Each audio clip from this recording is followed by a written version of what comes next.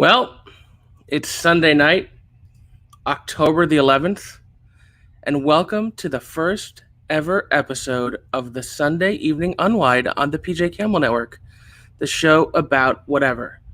Now, I wish I could tell you I knew what this show was going to be, what we were going to talk about, but I don't. And dare I say, that is the beauty of it. I'm Maxwell Haddad, and I am here, and I hope you all have a good time tonight. And I have some really awesome, fun, special people with me. It wouldn't be a show on the PJ Campbell Network without PJ Campbell. How are you, PJ Campbell? I'm very good, Maxwell Haddad. How are you tonight? I'm feeling relaxed and ready to unwind. Me too. I'm ready for our show about everything and our show about nothing at the same time. Like I said in my tweet earlier, it's like if Seinfeld was a talk show, this would be the show. I couldn't agree more. We have a few other fun faces joining us tonight because 2 people is boring, but 3 people is a party, and I could think of no one I would rather invite to a party than Tim Franco. How are you, Tim? Hello. How's it going? Happy Sunday. What is happening with your hair right now? Ooh, I love it. It's so fancy. I love it. Just kind of here. There's a peacock that died on your head, and it's so beautiful. Pretty much.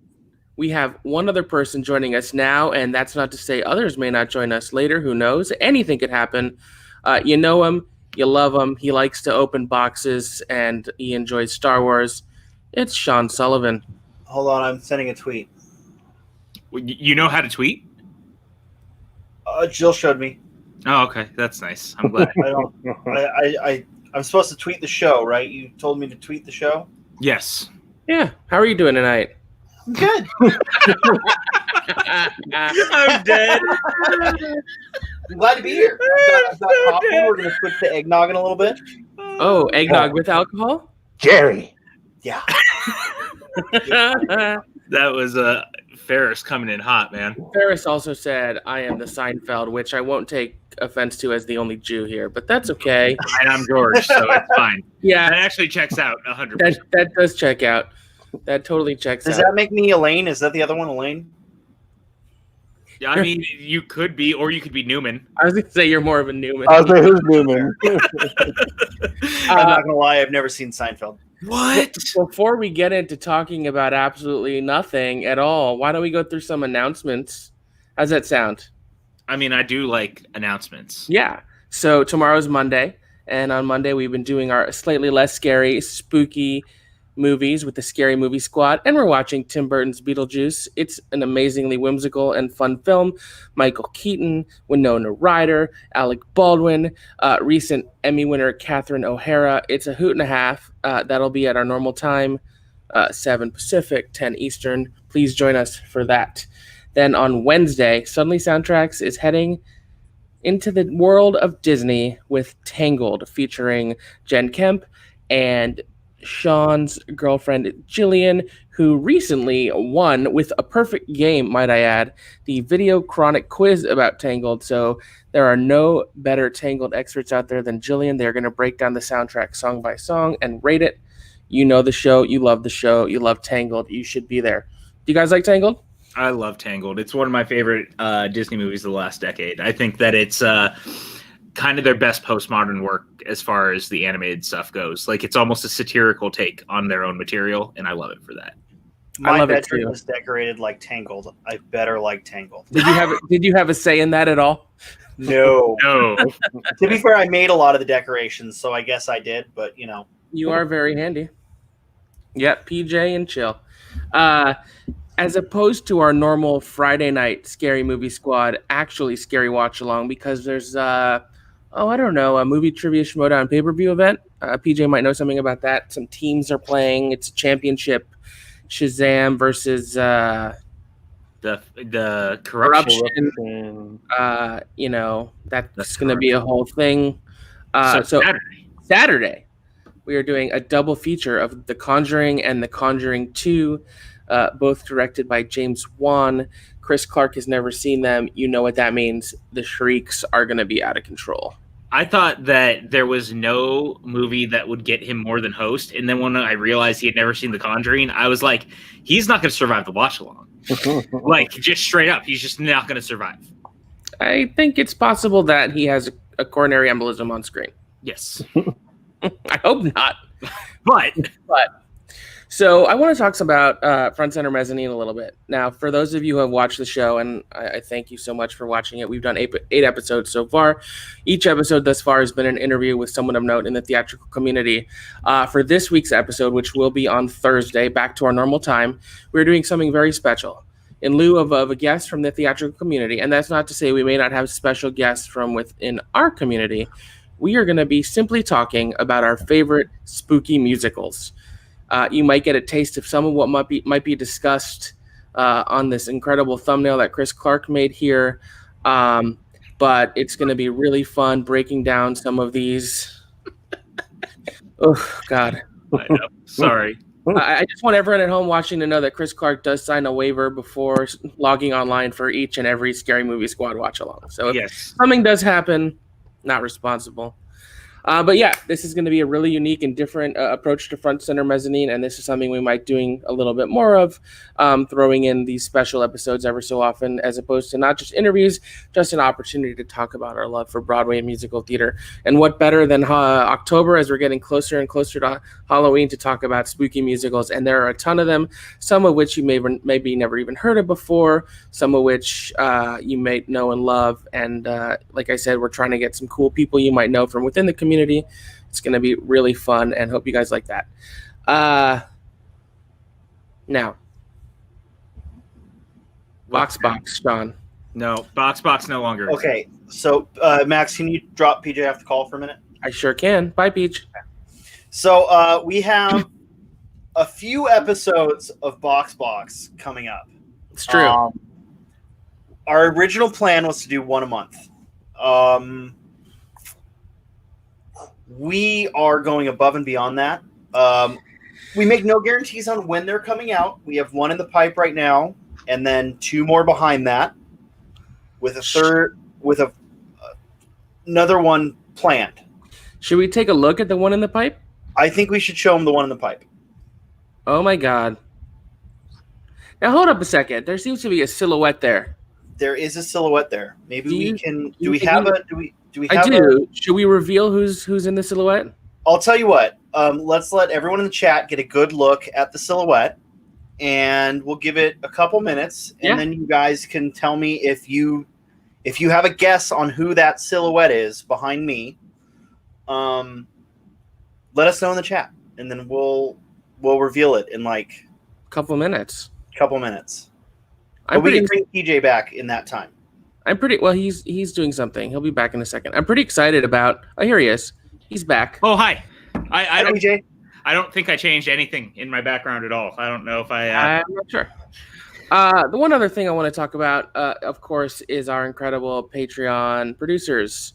Our gold tier associate producer, Brandy Parker. We love you, Brandy. Thank you so much for all the support. Our Ruby tier producers, Brandon Buckingham, Kale the Youth Critic, Stephen White, Ferris Muthana, Michael K., and Bador. Thank you all so much. If you want to be a producer on our shows, any of the $10 and up Patreon tiers get you that. Let's take a look at those tiers. We got Sapphire, Emerald, Ruby, Gold, and Platinum. There's a tier for everyone. With all sorts of different perks. Take a look at our Patreon and see if there might be a tier that's right for you. I really just can't thank you guys enough for all the amazing support you've showed us since the Patreon started and stuff. Like, you guys are all the best. Ever since the channel started, from the Streamlabs to the Patreon, like, y'all are killing it. So thank you for all the support. And because you guys continue to support us, we can do fun things like Box and change up the narrative and do different things that we weren't doing before. Yeah. I'm really happy to be doing this show. I think it's something we needed. Just a forum to chill and chat without any expectations. So I thought it might be fun to start by talking about some of the movies or TV or video games we might have watched or played this week, what you thought of them, if you have any recommendations. What has your pop culture week been like for you guys?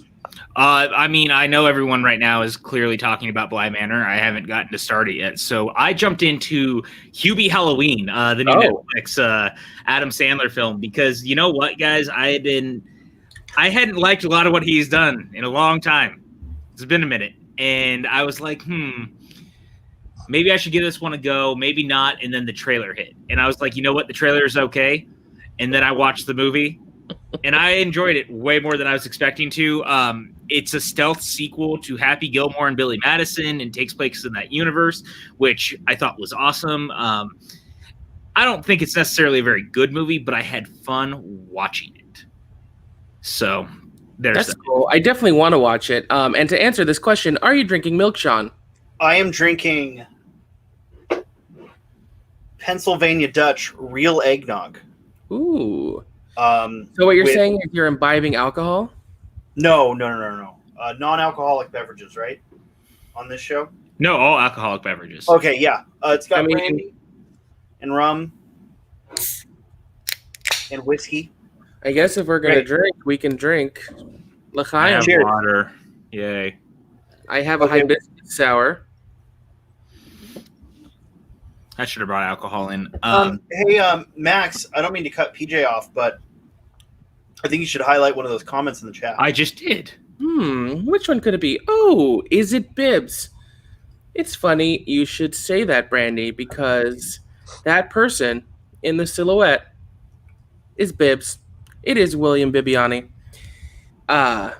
He was not nearly as happy or enthusiastic about doing this as he is in that photo. He came to me and said, I saw Box.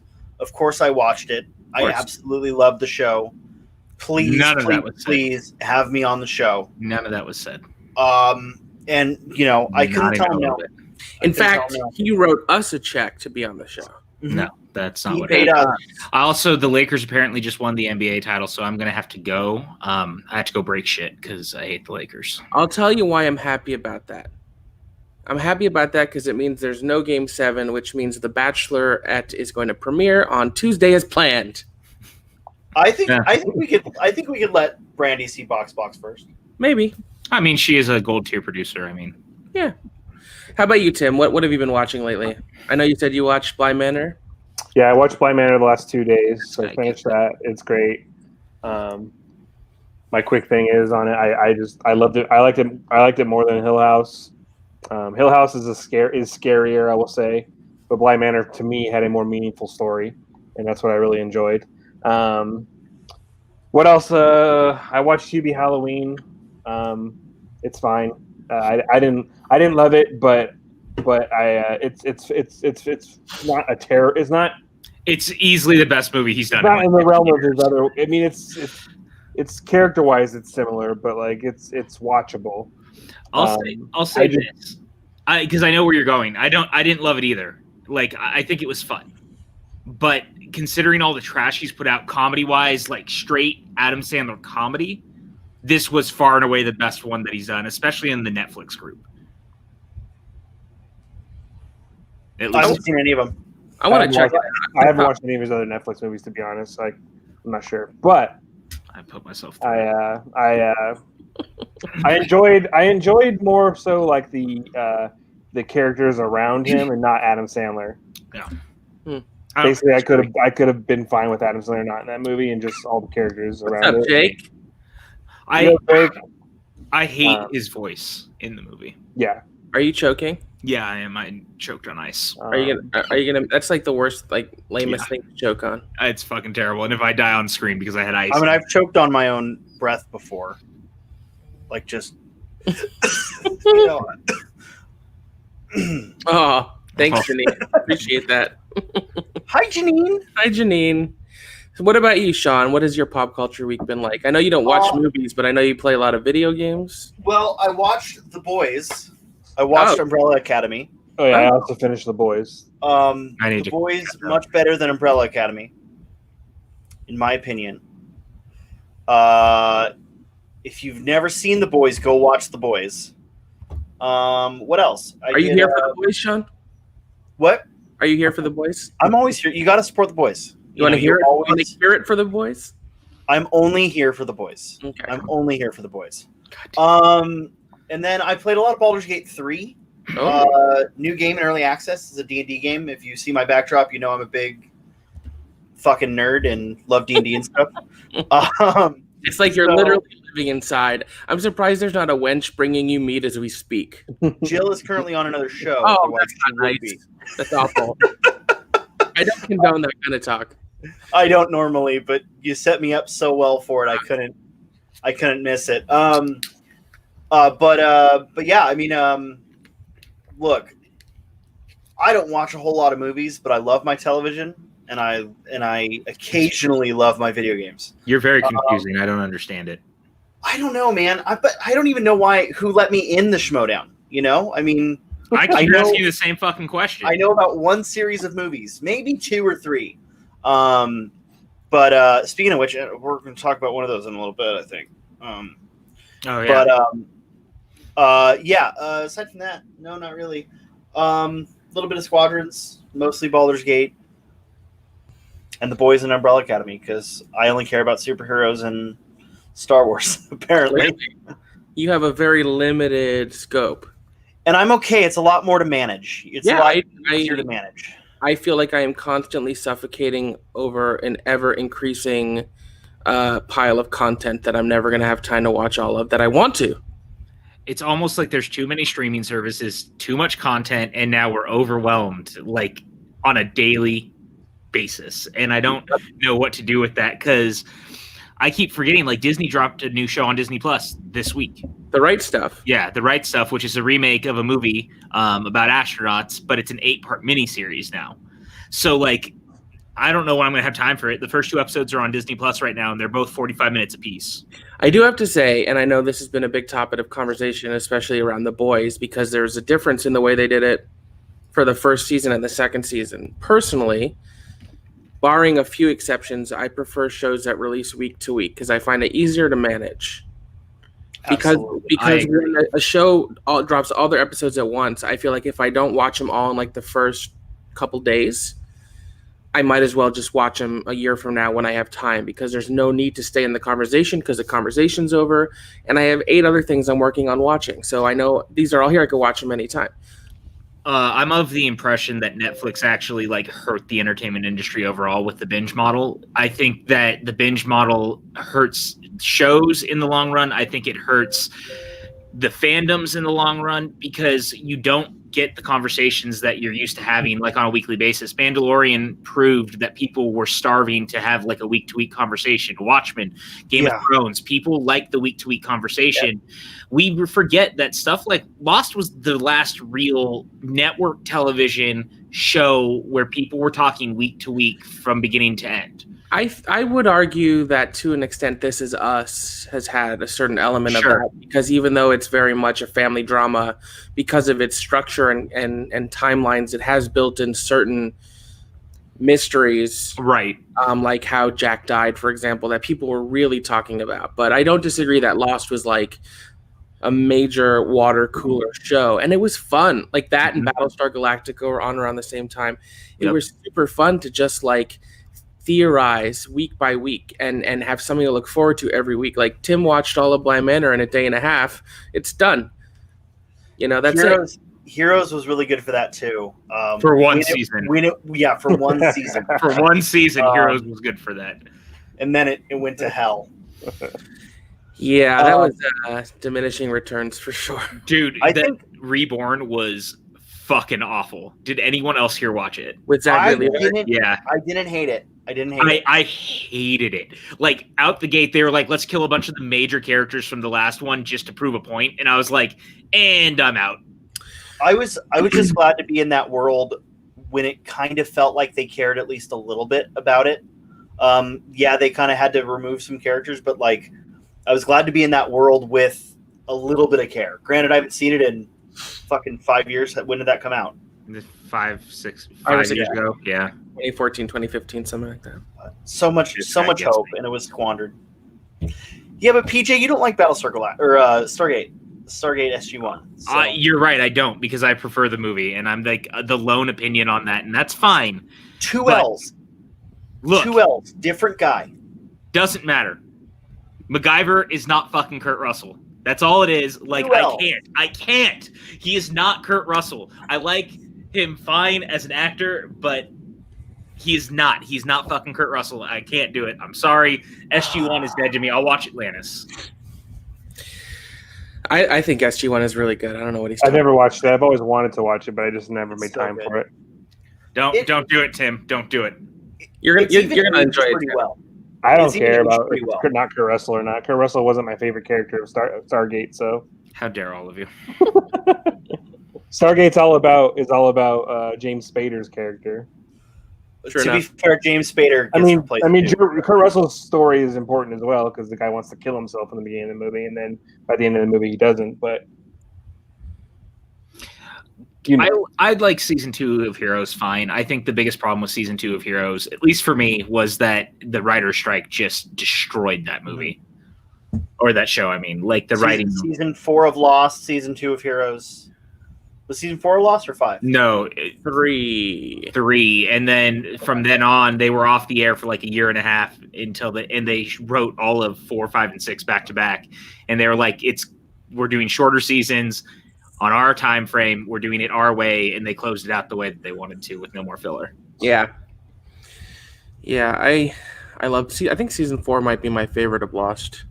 It's up there. I mean, season 3, obviously, Through the Looking Glass is like one of the all-time great finales, and we still talk about it to this day. Like, Not My Boat and We Have to Go Back. Like, Don't Yeah, make that's me good cry, stuff. TJ. dude, Not Penny's Boat is just so good. it's been so long since I watched it because I only watched it. I've only seen it the one run through, and I've always wanted to go back and watch it, but I just have a major problem now going back and watching shows that are like 40-minute episodes and then they have 20-some episodes or 20-some episodes in a season. I'm over that. I'm so It's a happy. lot. I'm so happy we're past that now with those. Like unless it's like a comedy where it's like 20-minute episodes, I'm fine if there's like 20 episodes in a season. But like serious like dramas and like stuff like that, which is like 45 minutes to an hour. I don't need 20 episodes in a season. Sorry. Yeah, even most network dramas are only doing 16 or 18 episodes a season. There's a couple exceptions, like Grey's Anatomy still does like 25 episodes, but for the most part, they've cut it down, which I think... That's still on the air? Yeah, it's like season 17. Grey's Anatomy is still going, man. Still going. Still going. I've seen every episode, for better or worse. Every episode. I applaud that you're able to do that and like you keep going. I stopped after the season with the plane crash where everyone died. Yeah. Well, not everyone, but a bunch of people died. Here's the thing, man. Like, networks are big on nostalgia. Obviously, we know that. That's why even studios are just in general. That's why we see reboots of lots of stuff. But I mean, like, CSI is coming back again in the next year and a half or something. They're doing another miniseries with a bunch of the original cast members. Those sort of procedural shows are so malleable, though. Yeah. I mean, there's always going to be mysteries you can write, and it's easy to come back if you want for a couple episodes. Yeah. Have them solve some mysteries, and then that's it. You know, I think BBC's had the best model. They do like 5 or 6 episodes of a show, and it'll go off the air for an indefinite amount of time until they're like, "Hey, maybe we can go back to it. Now we have something to do." Sure, okay, and then they go back to it. Unless you're Doctor Who and you've been on forever. The fact is, Ferris, Grey's Anatomy is still consistently one of the highest rated shows on network television. Never count out Shonda Rhimes. Well, you know, I think it's interesting, and I think this points to something I think about a lot is, I would argue all of us and probably a lot of people watching and people in our community spend most of their time online. They live life through a very specific online lens, but that is not reflective of the world, right? So, like, the tastes and opinions of, like, the majority of people who watches Grey's Anatomy, a lot of people still watch it. I watch it, like I said. Janine is saying in the chat that she still watches it. But a lot of people still watch it. Matt wants him to know he also agrees with him. I'll say this too, like, we forget that sometimes the average person, because we are not the average people, that let's just say that right now, like, this particular group is not the average American. I'm not sure if that's an insult or a compliment. We tend We're to below average. We We're below average. Yeah. We consume our media much differently, I would say, and we watch a lot of different stuff. The normal American like watching those type of things. There's a reason procedurals continue to be so popular. Law and Order SVU has been on for how long? 22 or something seasons. Yeah, or is that?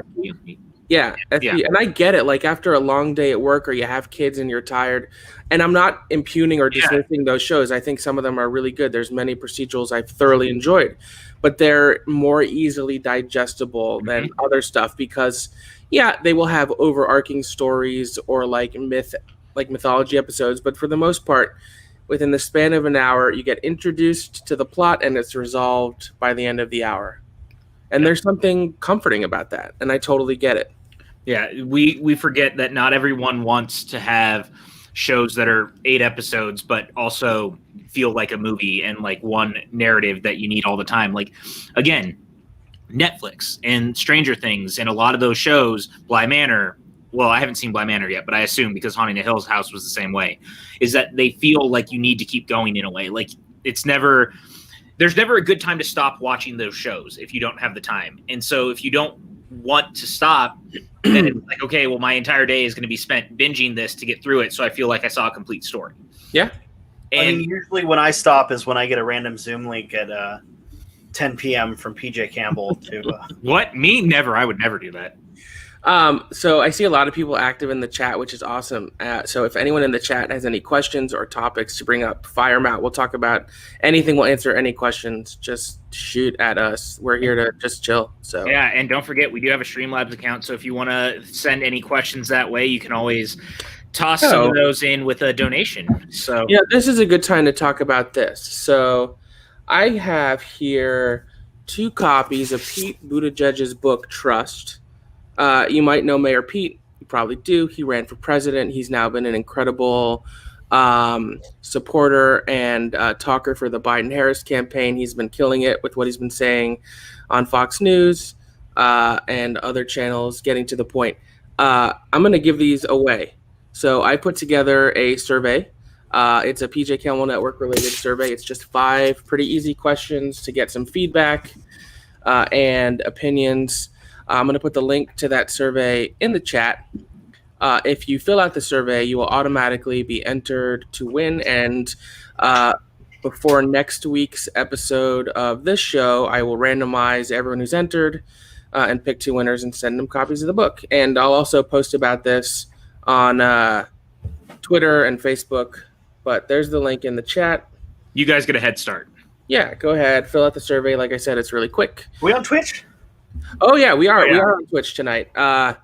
You know, we've started streaming our shows on Twitch as well. Gotta hit that host button.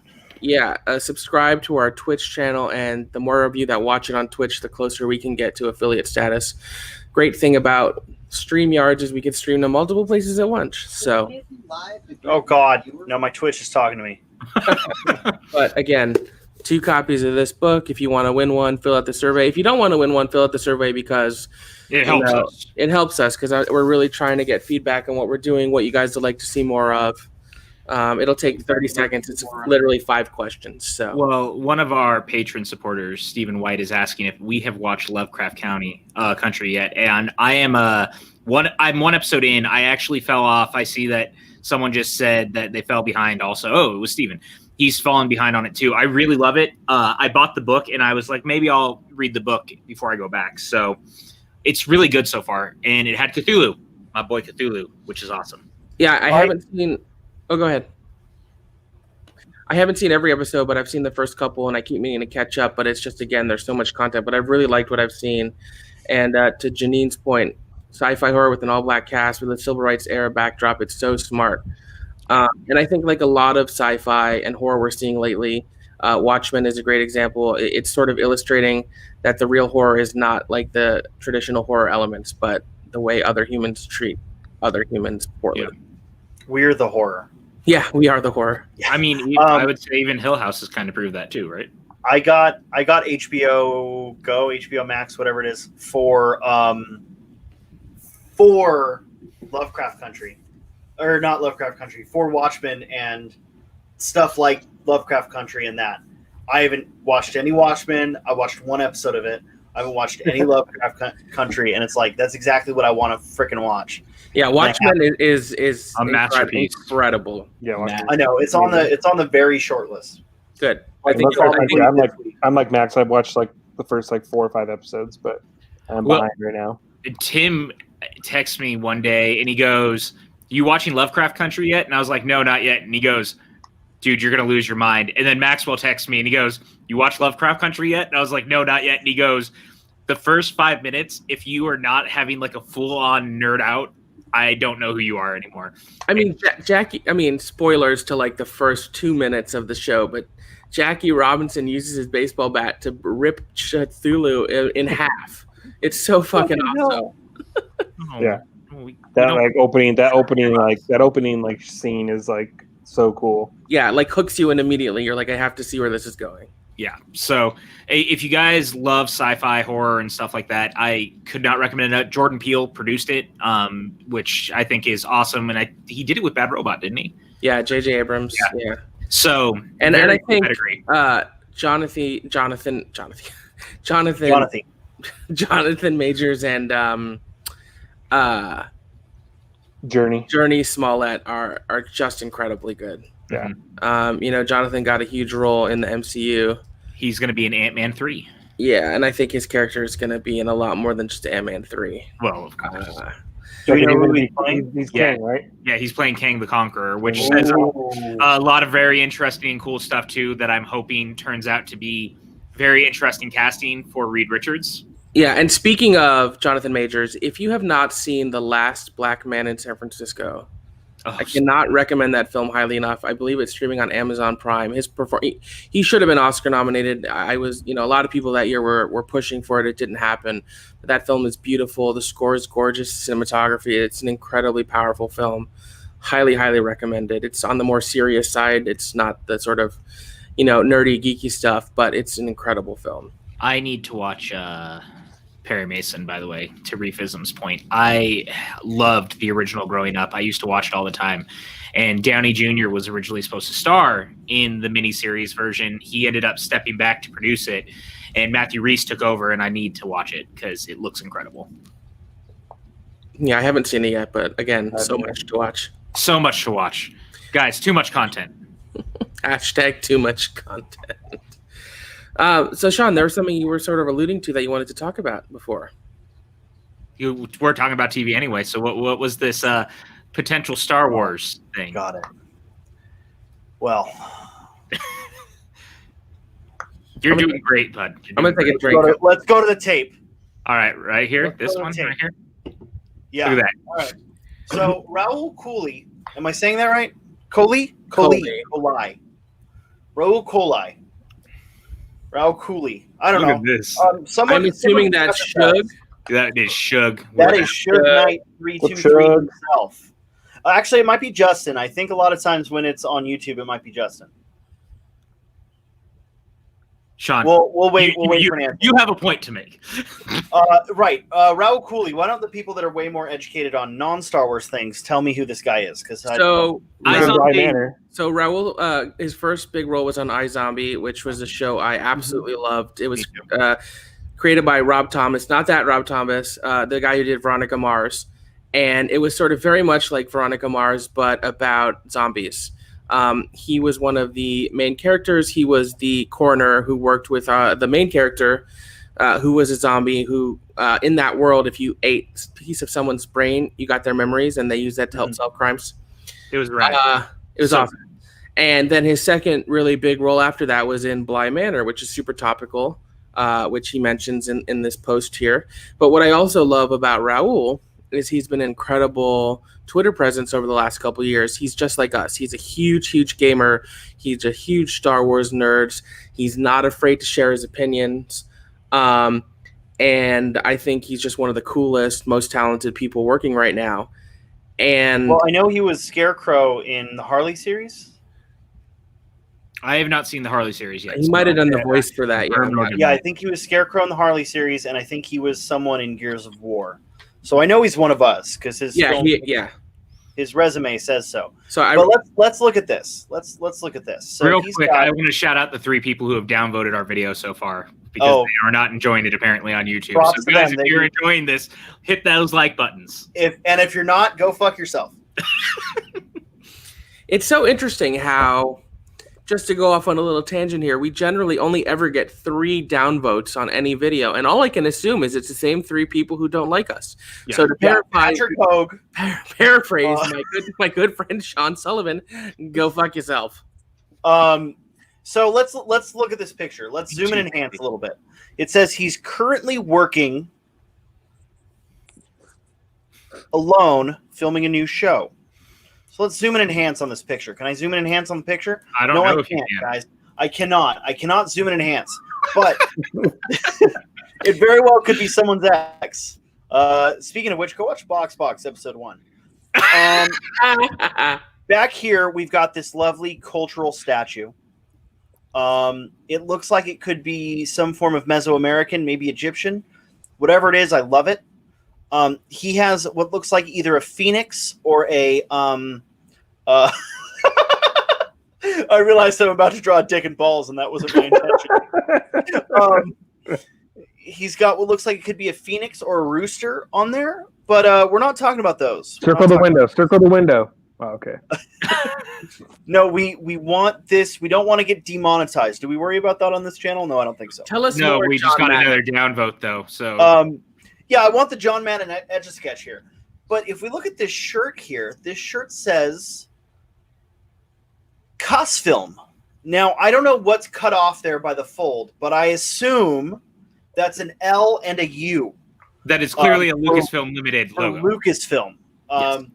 Now, if you don't know Lucasfilm, they made some films such as Willow and Indiana Jones. And Willow- Killer Clowns from Outer Space. Yeah, Willow's the movie about killer Did clowns. they do Killer Clowns? Did they really? No, that's what Oh, Willow's God. about. Now, he is holding an American classic, a Coca-Cola. You can't tell I circled it because I'm circling in red marker. Now, if you link the Lucasfilm shirt to the Coca-Cola and the fact that on this back screen he has Star Wars Aladdin, I think he's playing Star Wars Aladdin in a show. I believe that is Ezra. His name is Ezra. Bridger. Ezra Bridger. I think that is a safe assumption. Um, Or he's fucking with us, and we fell for it. Yeah, so that's the other thing too. I've noticed that he has done some tweets before that are very much fuck with us tweets. Tweets. So, but if you take the first letter of each word in his tweet, do you know what it spells? No, because I'm going to guess it doesn't make a real word. No, it doesn't. It doesn't very well. It spells Ickfot. Is anyone else here watching Practical Jokers, by the way? Because everything Sean just did feels like one of those times when they're in the room with someone. You know the answer to this question. I know you have. But when they're in the room and they don't know what they're saying and they start circling and highlighting things, that's what Sean felt like. That's pretty much what I was doing. I just really wanted the John Madden just gets there. That was perfect. But okay, so yeah, I mean, it looks like what he's trying to make us think in this picture is that he's going to play Ezra. Now, we've gotten a few rumors lately that, you know, Sabine and Ahsoka and maybe Rex are going to be in The Mandalorian. We've gotten a few rumors that Rosario Dawson is going to play Ahsoka. We've gotten a few rumors who's going to play this and that and the other thing. I don't know. I think he very well could be playing Ezra in a new Rebels something or other. Well, we've been hearing for a while, like the Rex thing, obviously, Tamora Morrison is definitely coming back. We know that for a fact. It's been confirmed time and again. He's playing Boba Fett, but a lot of us also assume he's also playing Rex as well. And we know that they're high on going back to finally doing a sequel to Rebels because Rebels clearly ends in a way that you need to follow up on what has happened. And we also know that the future of the Star Wars universe right now is television. That's where it is. Mandalorian was huge. It took off in a very big way. And now they're going to definitely start trying to lean on that. We know that they're working on the Obi-Wan series. Obviously, there's the rumors about the Mace Windu series. There's talk about a prequel series about Qui-Gon Jinn. Like, lots of stuff happening. But what we very importantly need to remember is that right now, the one that's front and center is they need to go back to Rebels. Absolutely. This makes POV sense. raid. I like POV raids. I was going to say that. It looks like we're getting a bit of a POV raid. Yeah. Hey, guys, welcome in. If you would kindly like the video below, help us out, you know? We are currently talking about Raul Coley's Tweet. tweet regarding the Star Wars universe and drinking some eggnog. Because nothing says October 11th like a good old cup of eggnog. Yeah, so here's my question for you guys. If he's playing Ezra, do you think that we're also potentially going to get an Ezra series? And what do you think that means also with Thrawn? I don't know that we're going to get an Ezra series per se.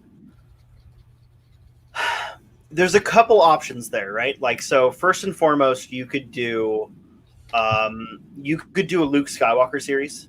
And yes, we know that in the 30 years after Return of the Jedi, Luke spent a lot of time, exploring the galaxy. Very much he could be going into the unknown regions and running into Ezra. And Raul is just playing, Ezra in a short little appearance.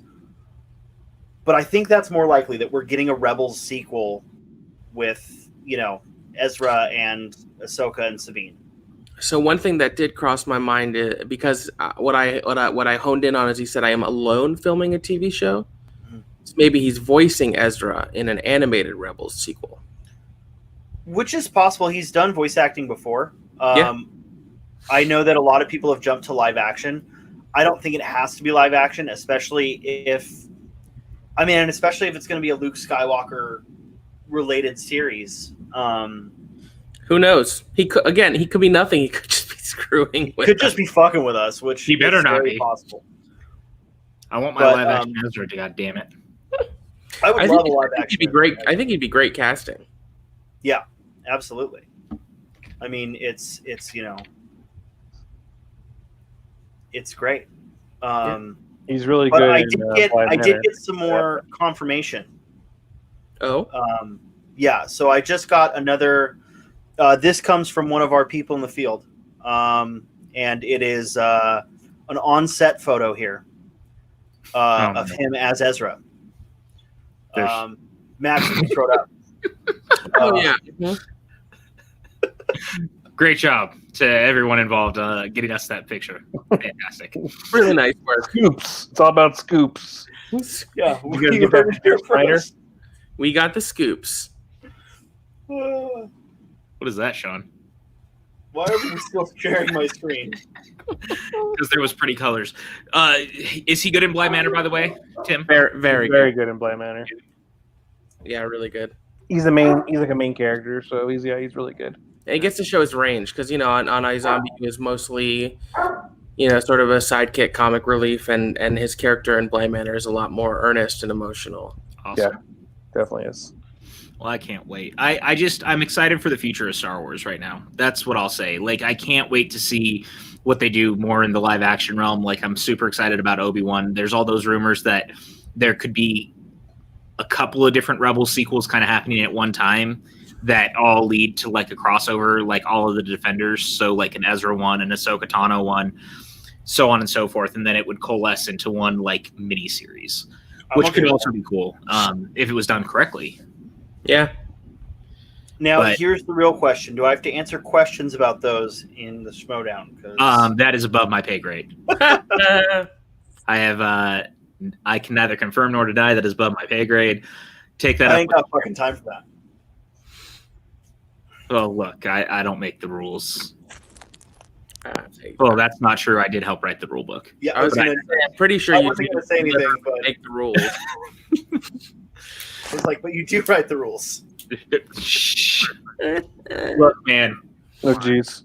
It happens, okay? I'm loving seeing all the POV folks over here, by the way. It's just so good, man. I do, too. I think we're going to have one of the POV hosts join us, maybe, depending on when they're done talking to Shannon. Guys, can I show something off real quick, by the way? Yeah. If it's Cthulhu, I'm going to be mad. It's not Cthulhu. Give me a second. God damn it. What I'm going to show off while PJ's looking for that, guys, I got it. Go it's right over here. to tpublic.com/the PJ Campbell Network. You can get yourself one of these mugs, one of these PJ Campbell mugs. Look at that. Chris, just CGI PJ Campbell mug here. You can do that, right? This is actually a watch-along cup. There you go. But we get it. You're plugging your girlfriend's shop. It's okay. No, So I thought I keep my box mug and my POV mug next to each other, and I grabbed the wrong one. All right, so we've been talking a lot about media that we've all been consuming and stuff like that. And one of the coolest things that came out this week, in my opinion, well, it actually comes out on Tuesday. I got it early. Maxwell got his early as well. Did. And I'm freaking excited. I want to show this off a little bit. Shout Factory put out a Friday the 13th box set of the entire series. And it is very, very cool. And I'm going to flip it around so you guys can take a look. The case colors, obviously, for those who don't follow me on Twitter, are not the actual case colors you get. You get some very cool clear cases, but I wanted to change it out and put some red cases in here. I'm a massive fan, by the way, of this franchise. So they did the original poster art for all of it. Tim, I'm sorry that I'm showing this off while you're on camera. I know you weren't able to get it, so that I feel bad. Well, I haven't got it yet. I can still you would. try to get it. Molly Damon's in the house too. Yeah, What's you up, better. Molly? Hi, Molly. But You know who else is in the house? Jillian's in the house. Hi, Literally. literally coming to hang Hi, out. Molly. I just want to say, guys, like I've already started going through it. I've started tossing on some of the movies. The first 4 all had brand new 4K scans. Jason Goes to Hell got a 2K scan. Jason X got a 2K scan. None of these movies have ever looked better. They're all in their original aspect ratio, which has never been on home video before, which is awesome. I wonder how much it would cost to get a 4K scan of me. Not nearly enough. You're way too beautiful. You'd probably break the program. Oh, stop. This guy over here with his empty flattery and meaningless platitudes. I just want to say we all love Jason Goes on a Boat Ride, which is AKA Jason Takes Manhattan. Underrated, that movie. Jason Takes a Cruise. Now, Patrick, I don't like that movie, but if it was called Jason on a Boat, I would like it more. Yeah, Jason Takes a Cruise. What were you going to say, Sean? You were asking something? I know I might have missed it while I was setting up Jill's chair here, but did you? The people know they don't come in red cases, right? Yes, I explained that I am a fucking freak, and I decided to change out all the cases. And then I agree with it. I know you do. Everyone agrees, and so these are actually the clear cases that they come in, and I actually used them for some other Shout Factory releases. Ghosts? Mm-hmm. It is, and I thought that the clear cases worked better with this. So I'm a weirdo, and I changed it out. It's not the first time I've done that with their box sets. Their Halloween box set came in all black cases, and I changed them to orange cases with the black art, and I thought it looked cooler. I think that'd be a good job for you, PJ, designing physical media. You think so? Yeah, I think you know a little bit about it. You have, I could see at least 4 or 5 Blu-rays behind you. Yeah, well, Guys, I know. This is where we're going to reveal a new show. All my movies with PJ. Oh wait, no. Oh, that's taken. All right. Can we just talk about real quick that time and again we had all been talking about that? We were like, we should really do a show where I go through my Blu-ray collection, and then they announced that now Cameron Rice, the great Cameron Rice, who used to shoot a lot of the stuff for the Schmodown, I love Cameron. he's doing his own now too, and I was like, maybe there is a world where we go through my collection and people actually want to watch. So chat, if that's what you want to see, let us know, because I need to know what is in that wall of DVDs. So it's interesting. You should mention, PJ, what people might want to see from us, because we have a lot more viewers who joined us. We had a POV raid. Welcome all those beautiful POV guys. folks. POV raid. Thank you. If you go to this link here, which is in the chat, and I'll post on my Twitter and the Facebook group for the channel and the channel's Twitter, it's a little 5-question survey asking about some feedback on the channel and as well as what you might like to see. And everyone who fills out the survey doing it too. Shit. will get entered to win a copy of Pete Buttigieg's new book. I have 2 copies here, so I'm going to give 2 away. So enter the survey, and you could win one of these books. I love that everyone. While you do that, in the last question there is you get to leave a comment. In that comment, let us know who your favorite member of the PJ Campbell Network is. It's clearly me. And why it's PJ. And why it's PJ. Based on a deep analysis of comments in the past 2 months worth of videos on Twitter, on the Discord, it's clearly me. I mean, there's no competition. I think so too. It's not wrong. It's not wrong at all, actually. I'm not even the most popular person on my own network. I don't know what that says, but you know. I have to ask you guys, like we're kind of talking about it and we're talking about scary movies, and obviously it's the spooky season. We've been doing a lot of spooky, scary watch-alongs and stuff. Who's your favorite slasher, and what is your favorite horror film of all time? We got to talk about this now. And Jill's already ready to go. I'll go. My favorite slasher is Freddy Krueger. Does he count? Is this a Yeah, slasher? yes, absolutely. There is nothing more terrifying than a killer who kills you in your sleep. So for me, it is 100% Freddy Krueger. My favorite horror movie of all time. I'll say two. My favorite classic horror film is The Exorcist. If you have seen my Instagram lately, I have done a Reagan, and I absolutely love The Exorcist. My favorite new age horror film is Sinister. Okay. Sinister. I feel like Sinister is barely talked about. It is one of my favorite horror films. The shock ending is so freaking good. I was trying to find it on streaming, and they only have the shitty sequel. Don't watch it. It's on Netflix. I just watched it last week. Sinister or the sequel? Both of them are. Because I looked for Sinister last week and I couldn't find it. I only found 100%. I watched it last week. What the heck? Okay, well, I'm going to be looking for that. Because I wanted to watch the sequel because I hadn't seen the sequel, and I was like, I should rewatch the first one. Don't watch the sequel. Don't do it. I've just never seen it, so I want to watch it just because I've never seen it. I don't see it on Netflix.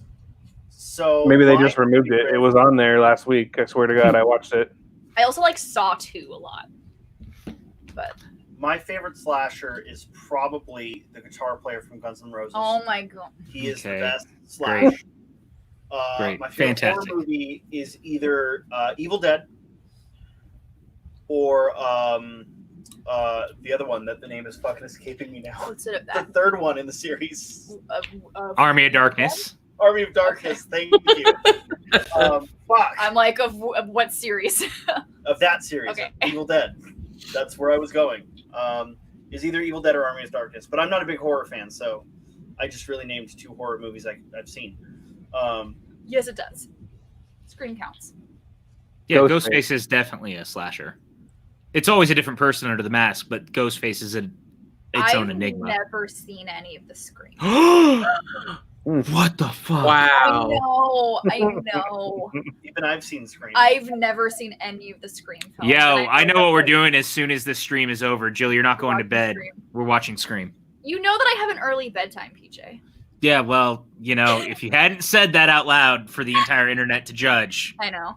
we wouldn't be here. Judge me as you will. I have never seen a single Scream. My favorite slasher is still Michael Myers. I know that there's a lot of diminishing returns with that series, but I think the Halloween series overall is probably my favorite series overall also, as far as they go. Like, even as bad as they are, there's stuff to like Paul Rudd showing up in some of them, and obviously the PJ Campbell Network favorite Donald Pleasance is in a good portion of the series, and we all like Donald Pleasance here.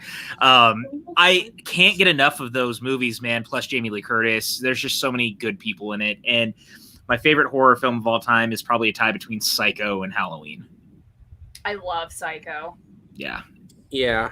In 1960s Psycho, just to be clear, I don't want people to think I'm talking about the Gus Van Sant remake. I don't think anyone would think that. I just want to be sure. Oh my god. Why am I blanking on his name? Oh my god.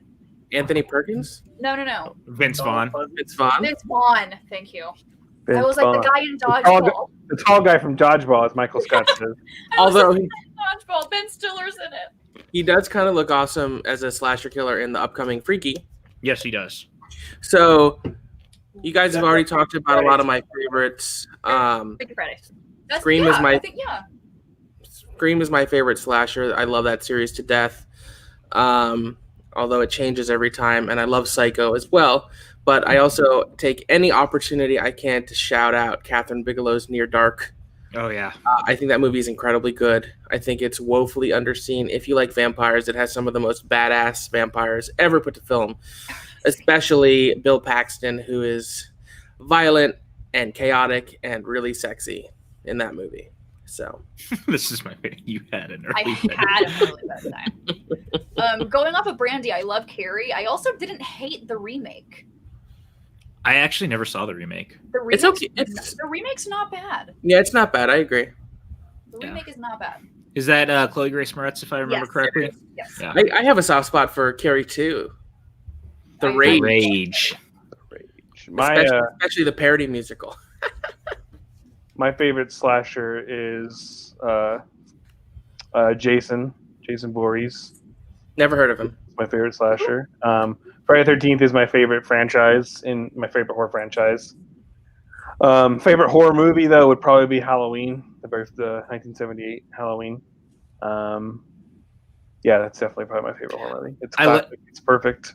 Yeah, I agree, and I love that both of us were like, we both have movies that I think are just so iconic and so classic, and then two people decided to remake them, and one of them was like, I'm just going to make the same movie again, and it was like, why did you do that? And then one of them was like, I'm going to remake half of it, and then also do my own thing, and I don't know why either of them did what they did. The Rob Zombie Halloween just... I like the Friday the 13th. I like 2009's Friday the 13th a lot. Me too. Actually. I do too. And if you watch Crystal Lake Memories, it's almost a lot of the people that made that movie actually don't consider it necessarily a remake. They kind of it was almost treated like a sequel in a sense as well. It feels more like a legacy sequel than a Yeah, remake. yeah. And Derek Mears is my favorite Jason by far. His physicality is unmatched. Yeah, he's amazing. I mean, Sean's physicality is pretty impressive, but otherwise. Who's? Sean? Yes, true. Kane Hodder's like, he played the role the most and he's iconic, but I just like Derek Mears a lot more. Yeah. He was like a Jason nerd too. Like he was, obviously, he's coming into the role with like already a whole entire franchise, but he was a Jason nerd. So he studied all of the Voorhees before him and stuff. And I think that you could tell that whole movie was made by people who just really love that franchise. Whereas Nightmare, when you look at that remake, no one apparently was on the same page of what that should have been. Yeah, that I didn't movie see is that one. So a mess. I was like, I'm good. The Nightmare on Elm Street remake? Yeah. I didn't hate it. I just think there's 3 separate movies happening. Yeah. I wish that it had chosen to be any one of the things that it was trying to do. Jackie Earle Haley is actually really good. And we've kind of talked about this before, is that one of the biggest problems that Nightmare is going to continue running into is that they can't get out of the shadow of Robert Englund. That character is him, and he and it are, it's almost inseparable, and they're never going to be able to break away from that. Whereas Jason, Freddy, Ghostface are all smart. It's people under masks. It's never going to matter who's under that, really, theoretically, unless you're just not good in the role. Because, there's a lot of people who don't necessarily love the Jason in Freddy vs. Jason. They just don't like the guy who's in the role. But Robert Englund he is Freddy Krueger. He talks. He has mannerisms. I don't know what they're going to do to finally move out of that. Yeah, they're going to have to if they're going to keep making them, because Robert Englund can't be Freddy forever, obviously. But I really didn't hate the remake. Was it perfect? No, it wasn't perfect, but I wasn't mad at it. I mean, I'm sure I like much worse movies than that one as far as horror goes. There's a lot of shit out there. There sure is. Mad at it. I mentioned this movie during the Poltergeist watch along, but if we're talking slashers, I have to mention Behind the Mask: The Rise of Leslie Vernon. Mm-hmm. It's part mockumentary, part not. I think it's so clever. If you love slasher films, similar to what Scream or Cabin in the Woods does, it deconstructs the slasher from the point of view of the killer, and it's really clever. And Robert Englund's in it. Yeah, which is a great bit of metacasting. So watch it if you haven't seen it. He pops up into all sorts of things too. He does. He sure does. What's up, Sean? You said all right. I have breaking news. What's your breaking news? We have a release date. For? The most important release the best date. show on the PJ Campbell Network. Oh shit, son! Wow, is it happening? Breaking here. You've heard it first. Box 2, November 20th. Wait, no, October 20th. I was like, that's November 20th. Jesus Christ! Wait a minute. October 20th. Oh my god, that thumbnail. There's your thumbnail. Box 2. featuring William the Beast Bibiani. He And definitely yes. asked us to come on the show. As the Does thumbnail alludes he to, understand the box meme? I did have to put shit in my mouth again. How do you keep doing this to me? Can we get a Etch a Sketch view on that thumbnail? Etch a sketch. Oh, view? God, You missed please the don't. Oh, Reefism wants to know what everyone's favorite and first Stephen King horror adaptations were. My favorite is Silver Bullet, and the first one I saw was Silver Cujo. Bullet, it's great. I think for me, the first one I ever probably saw, and I mean, I was just the right age, was probably the It TV movie, if we're even counting that as one of them. Otherwise, it was probably The Green Mile, actually, because my dad used to watch that movie all the time when I was younger. And then my favorite, though, is a tie between what they did with both It films, the last one, and 1408. Like, 1408 is so fucking good, and not enough people talk about it. So, I gotta don't say- remember. What your first? now there's silence. No, No, it's good. I'll John. go because Sean doesn't remember. My first. Not what I was gonna say. Didn't you say you don't remember? I don't remember 1408. Oh. How dare you? Yeah, Don't some remember people watching it. some people don't remember 1408. Yeah, Yeah. Make your own spoiler joke about that. I don't remember. I know that I saw 1408. I think I saw it in theaters, but I do not remember the film. I remember the remember trailers. I remember it existing. It's a film. It's a movie. Oh, you know what? I lied. I know what my first one was. Stand by Me. Oh. Oh. Stand by Me Is that was a my horror first Stephen film? King. It's Stephen No, King. but it's movie. Stephen No. King.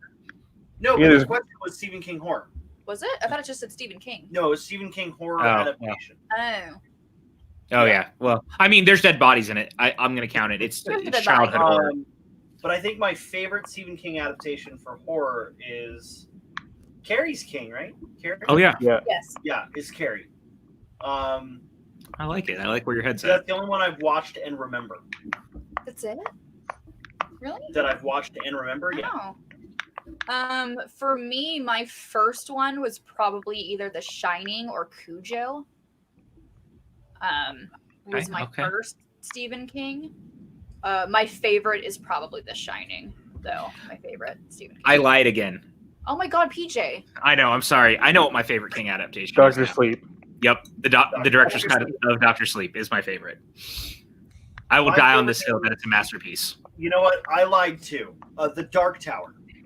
The Well, I movie- know. All right, that's it. Jill, I love having you here, but you got to go now. Bye. How dare he say that out loud? God damn it, Sean. How dare you, sir?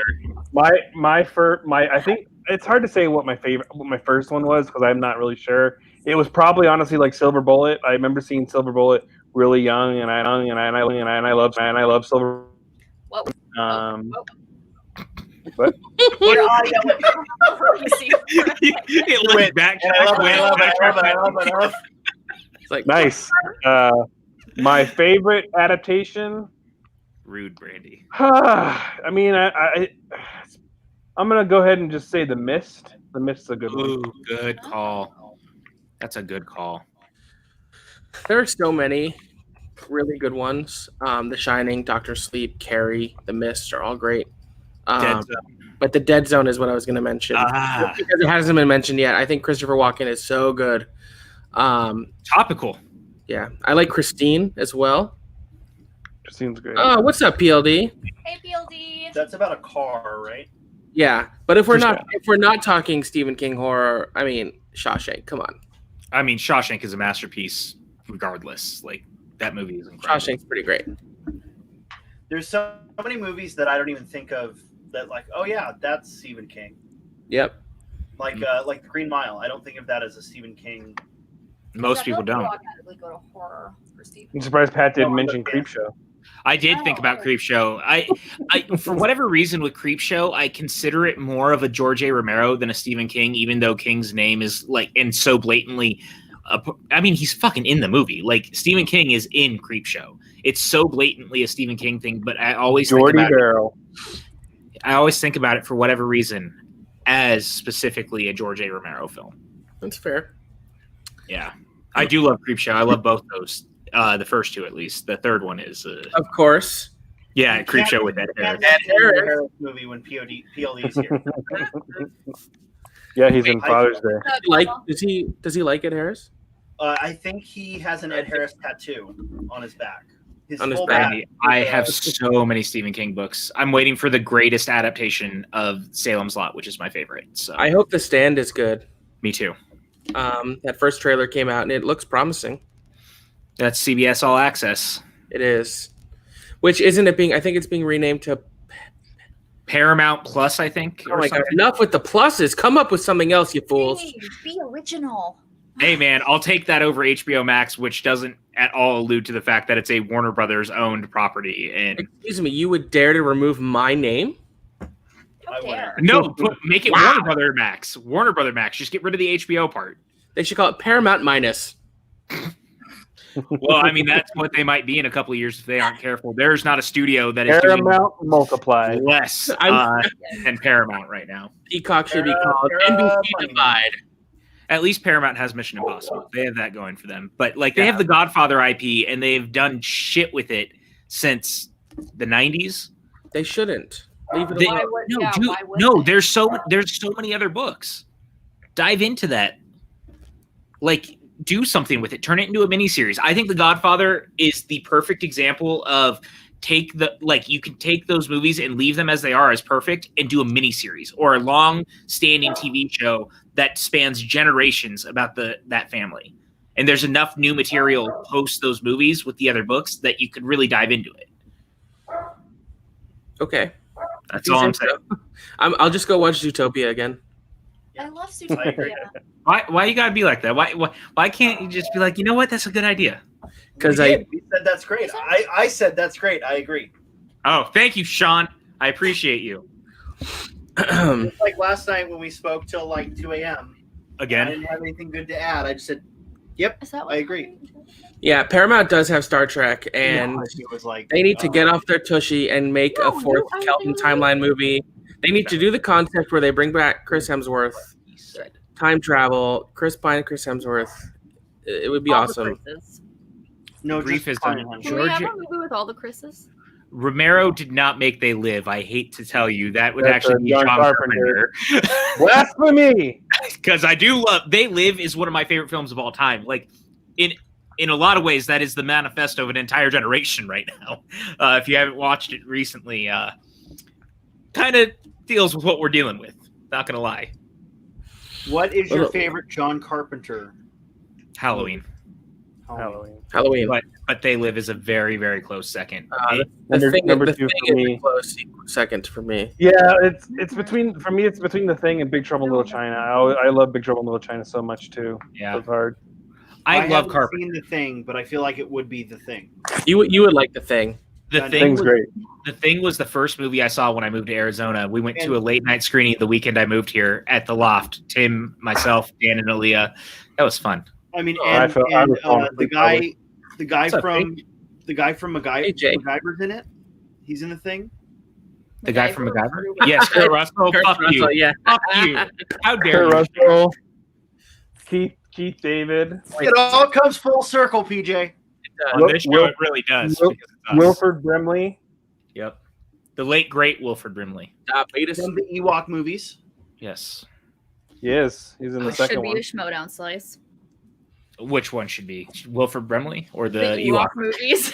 Just I was like, I don't. Imagine spinning and landing on Wilford Brimley. Oh No, my god. but only in the Star Wars division. You've got Return of the Jedi, Rogue One, Wilford Brimley. Wilford A New Brimley. Hope. No, Yeah, I it's want just- that. Technology. It's just questions about The Thing, Battle for Endor, and Cocoon 1 and 2, All right. So we're and talking, diabetes. And diabetes. It's diabetes. It's diabetes. talking about horror. Let's pull back and go more micro. Favorite zombie movie? Oh shit. Okay. Zombie. I have two, and it's a toss up between the original Night of the Living Dead because again, it's a masterpiece. There's like that movie made the zombie genre. You know, like that movie's incredible. Although 28 days later and 28 weeks later, they're kind of a duology. I can't really separate them because I think that they play into each other. That would probably be my number 2. Although Shaun of the Dead also exists. It What does. 28 Days is mine. What if my zombie movie is based on a book about vampires? Okay, we're listening. I Am Legend. I Am Legend. I Am Legend. I knew where you were going. Is that book about vampires and Yeah. not zombies? Really? Yeah. They're vampires. Well, I mean, even the movie, they're basically kind of Well, in the vampires. movie, they were pretty vampiric. I Yeah. feel like. No, I thought they were pretty vampiric. I don't know. Shaun of the Dead's up there too. I think either Shaun of the Dead, Zombieland, or I Am Legend. Star Drew, which Shaun of the Dead? I'm curious. Is it the remake from the 2000s, or are you talking the 70s one? Can I just say The Walking Dead and just call it a TV series? Like, No, because it's not good anymore. It stopped being good after yeah, season when 2. Glenn died, it Well, kind of supposedly it's good now. Supposedly That's it's what I better. I've been thinking of Supposedly it got catching better, up. but Oh, what's going on, Kale? I kind of agree. I think, obviously what Romero did for zombies can't go overlooked, but I just love 28 Days Later. I think 28 Days, similarly 28 Days to is great. similarly to what Romero did, kind of reinvigorated the genre in a way, because right after that, Shaun, the Dawn of the Dead remake, Day of the Dead, Zombieland. I would not be against it 28 months or 28 years later, honestly. Dude, Also, I've been waiting for that 28 for so Days long. had zombies that could run. Yeah, they were scary. So, like, that was mine- terrifying. That sequence I at the Am beginning of 28 But weeks 28 is became terrifying with Robert Carlyle, and it's like all you hear is And- his breathing. That score is amazing. I also want to shout out Paranorman Yes. and Train to Busan. Okay. yeah, I was gonna say mine's a tie, and it would be Train to Busan, and the masterpiece, which I don't think anyone else has seen on here, One Cut of the Dead. I've Out of seen the Dead. that. Oh, okay, Max. I have it on Steelbook. I have a Steelbook Blu-ray of it, and we know how we feel about Matt, did you Steelbook. see it? Did you watch it yet? Though I thought you hadn't seen it yet. Yeah, no, I finally watched it after I got it. It's real good. Part of his wall. I Okay, would Dead like is- to talk about. I would like to talk about something very important to me. Pooping? Well, but people also say that slow zombies aren't scary. Oh, they're terrifying. I disagree with that The entirely. thing that makes zombie, I want to call this out right now. Yeah, Fast Brandy did call it out for zombies you, too. or running zombies or jumping zombies. That's fucking lame. That's not zombies. Well, I was just saying it was different. He was the first. Oh, Whoa! I have a thesis. I'm giving my thesis. I'm sleeping on the couch tonight. That's fine. I'm very comfortable on the He couch. actually likes sleeping Jill on the gets couch. upset when I sleep on the couch Because I don't sleep well. He's not. My thesis on zombies, the thing that is scary about zombies is that no matter how fast you run, no matter how far you run, they're still coming. They are slow and encroaching, just like death. There were so many still coming jokes I could have made, and I decided Just not like to. Michael Myers, just like Jason Voorhees. Can we talk about how when Yeah, I'm offline, it's still the fucking Godzilla? that's great, man. Why is it not Box? It should be Box. Because that I can explain exactly why that happened. Why? Because what happened was we were doing that watch along, and we all had to stop and get off camera, and we all had those, and like that was our icons. Because that watch along no longer exists on the channel. That watch along just never happened. That's right. That's right. I remember. So to all three of you that watched that with us, thank you. Yeah. You saw us have a breakdown in real time. I mean, I was fine. Rude. I'm You are. That's true. Okay. So we talked about zombies. I want to. Go. Keep going. I want to bring up vampire movies because Yeah. now it's kind of there. Now we're I know where Tim is going to go, and it's going to be interesting because I'm going to go similarly to where Tim is. What your favorite is, and mine is probably Fright Night 2011. I love it even more than the original, and I know that's blasphemous to someone on here. He's going to kill me later, and that's I mean, it's probably. blasphemous to most of the internet, but it's okay. I mean, look, I mean, it's not blasphemous because the remake is good, dude. but it I doesn't have think Chris that- Sarandon. No, but it has David Tennant, and he's fucking awesome in it. That whole take on Vincent is incredible. I think Colin Farrell gives the best live action take on a Jaws shark that you could ever possibly imagine. Like, if you've ever heard Kevin Smith tell the story about how he thought Ben Affleck could play anything, including the shark in Jaws, that's what I felt about Colin Farrell in that movie. Fright Night 2011 is fucking awesome. I love it so much. Anton Yelchin, the late great Anton Yelchin, is excellent in it. I love that movie. Okay. All right. It's good. I agree. It's good. Someone has a question for Sully, by the way. Taco, what do you got? Let me know. I mean, it should be no surprise that my favorite vampire movie is Near Dark. Yep. But I knew But that. I also am a big fan of the Underworld series, not going to lie. I love Bram Stoker's Dracula. I love the original Nosferatu and Dracula. God, What We Do in the Shadows is great. The Lost Boys is good. Lost Boys is great. That's for you, Sean. Dracula Dead and Loving It. wonderful, man. Thanks. Wait, what? Why was I not aware of this? So I could be there. I don't know what happened. I love Near Dark, though. I love that. So confused right now. This is why we don't. This is why we don't stream on Twitch simulcast. Because. So confused. Because Taco. But my favorite vampire movie is technically zombies. It's I Am Legend. I also, I like, despite the reprehensible lead actor, I do quite enjoy John Carpenter's Vampires. Oh yeah, Vampires is great. I like Blade 2. I like Martin, George A. Romero's Martin, which is hard to see. I haven't seen that one. Joe brings up a good point. Interview with a Vampire. Yeah. I love Interview with a Vampire. Interview with a Vampire is so sexy. Another movie that I have not seen, which I've always wanted to. Just never All got right. On HBO Max. What's Tim's answer? I'm waiting on Tim's answer now. I mean, my answer is Fright Night, 1985. I knew it. See? It's a great movie. You got Chris Sarandon's probably my favorite vampire overall as Jerry Dandridge. He's just great. You got Stephen Jeffries as Evil Ed.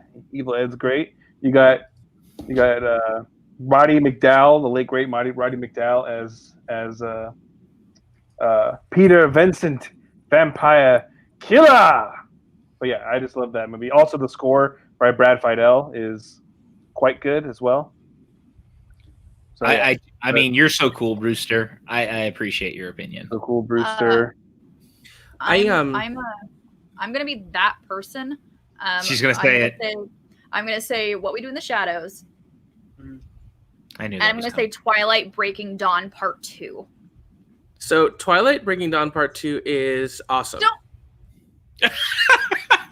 Sean did it on his own. I had Twilight for you. Twilight Breaking Dawn Part 2 is one of the great all-time super-powered fights put to cinema. Yeah. It is so rad. And it wasn't even in the book. It was so good. Jill, have you read Crave? I've not. I just bought it. It's like they're calling it the new Twilight, but the vampires don't spark. I'm currently reading Midnight Sun, Yeah, I have it. I haven't read it yet. which is the Edward point of view of Twilight. I'm gonna share my screen real quick I'm gonna get the Ethernet. because this made me laugh. No, you're fine because it'll kick us out when it switches here.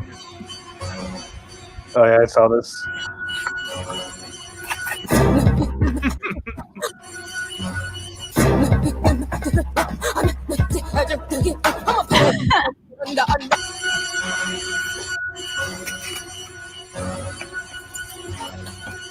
I thought this was so good. The best one's the car when he's driving the car.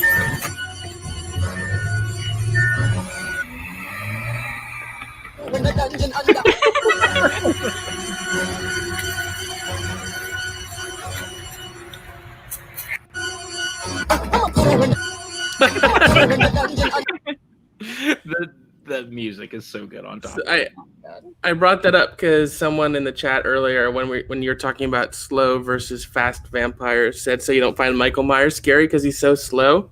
But all I could think is he's only slow when we see him. Yeah. Exactly, Kylie. And that's sort of a big part of Behind the Mask, Rise of Leslie Vernon too. Like the physical training slasher killers have to go through to be able to keep up and not look like they're keeping up. Man, I just love how much we all love horror. I think it's just so cool. We did vampires. We did zombies. Yeah, Sean's not a big horror person. Sean, you're here. Werewolves? Werewolves next? Yeah, werewolves. Ow! Well, I already said mine. My favorite one is Twilight Breaking Dawn Part 2. Mine is Silver Bullet, the Stephen King adaptation based off the novella Cycle of the Werewolf, starring Corey Haim, the late Corey Haim, and Gary Busey, and Everett McGill. I don't know. I've always, ever since I was a kid, I loved that movie. It freaked me out as a kid. I still find it pretty scary in some moments. I think it has a really great werewolf. It's got a great kind of transformation effects as well. So yeah, I mean the go-to answer is American Werewolf in London, but I'm gonna go with Silver Bullet. I could name 2 werewolf movies. I couldn't. And I haven't seen them, so Technically, I named 4. I'm gonna give Kylie, you. You don't know him that well. I am gonna give you a pseudo werewolf movie. The Hulk. If you say I Am Legend again, Hulk. Oh, really? Yeah, he's a werewolf. Sure. I guess. I mean, A dark transform. He has all of the tropes of a werewolf. he just doesn't turn to a wolf. Does he howl at the moon?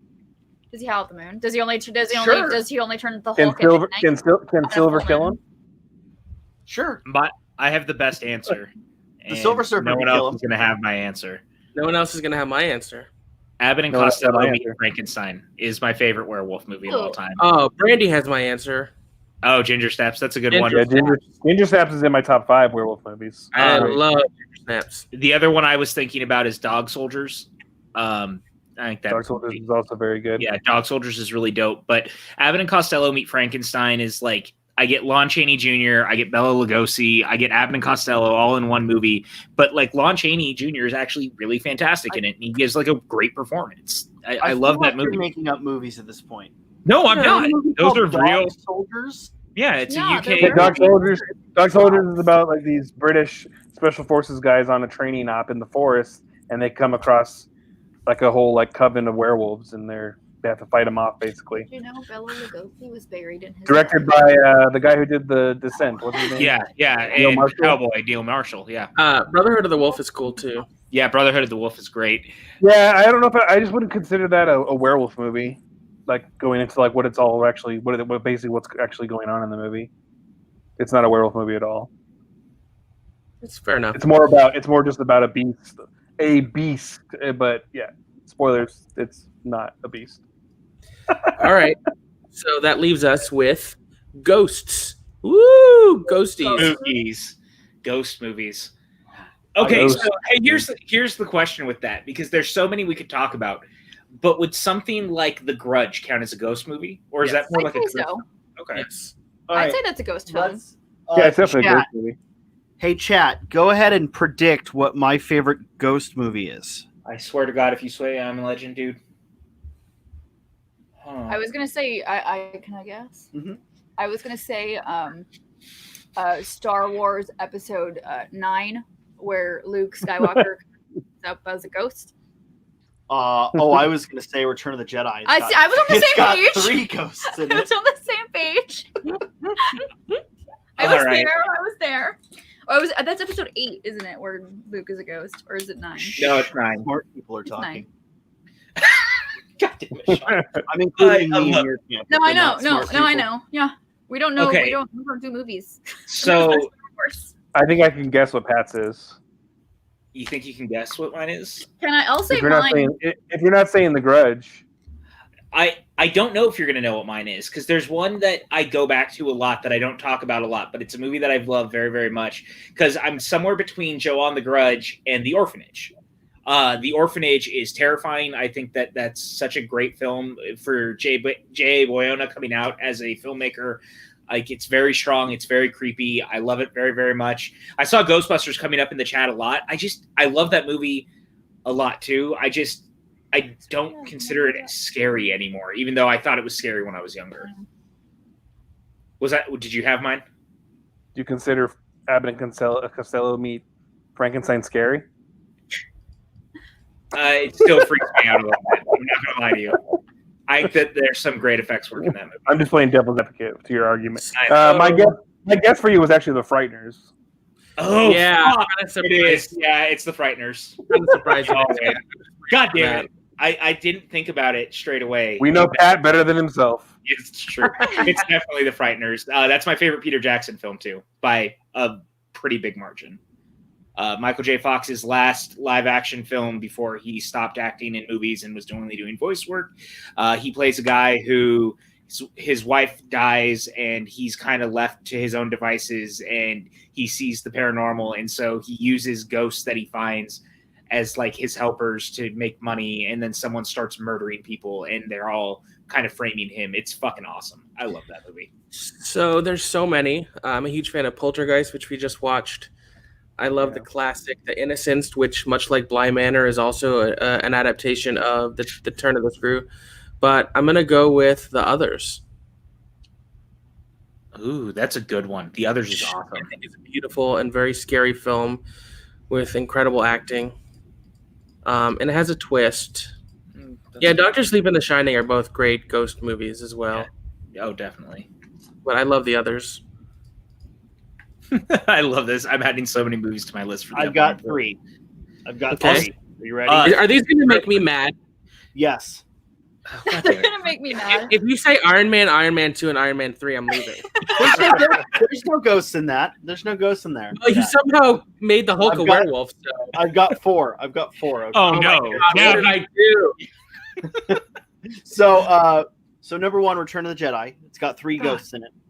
He's You're not wrong. Number two, Harry Potter and the Sorcerer's Stone. Okay, it has ghosts. It has ghosts in it. Number three, Return of the King. Ghosts. It's got ghosts. And number four is Ant-Man and the Wasp.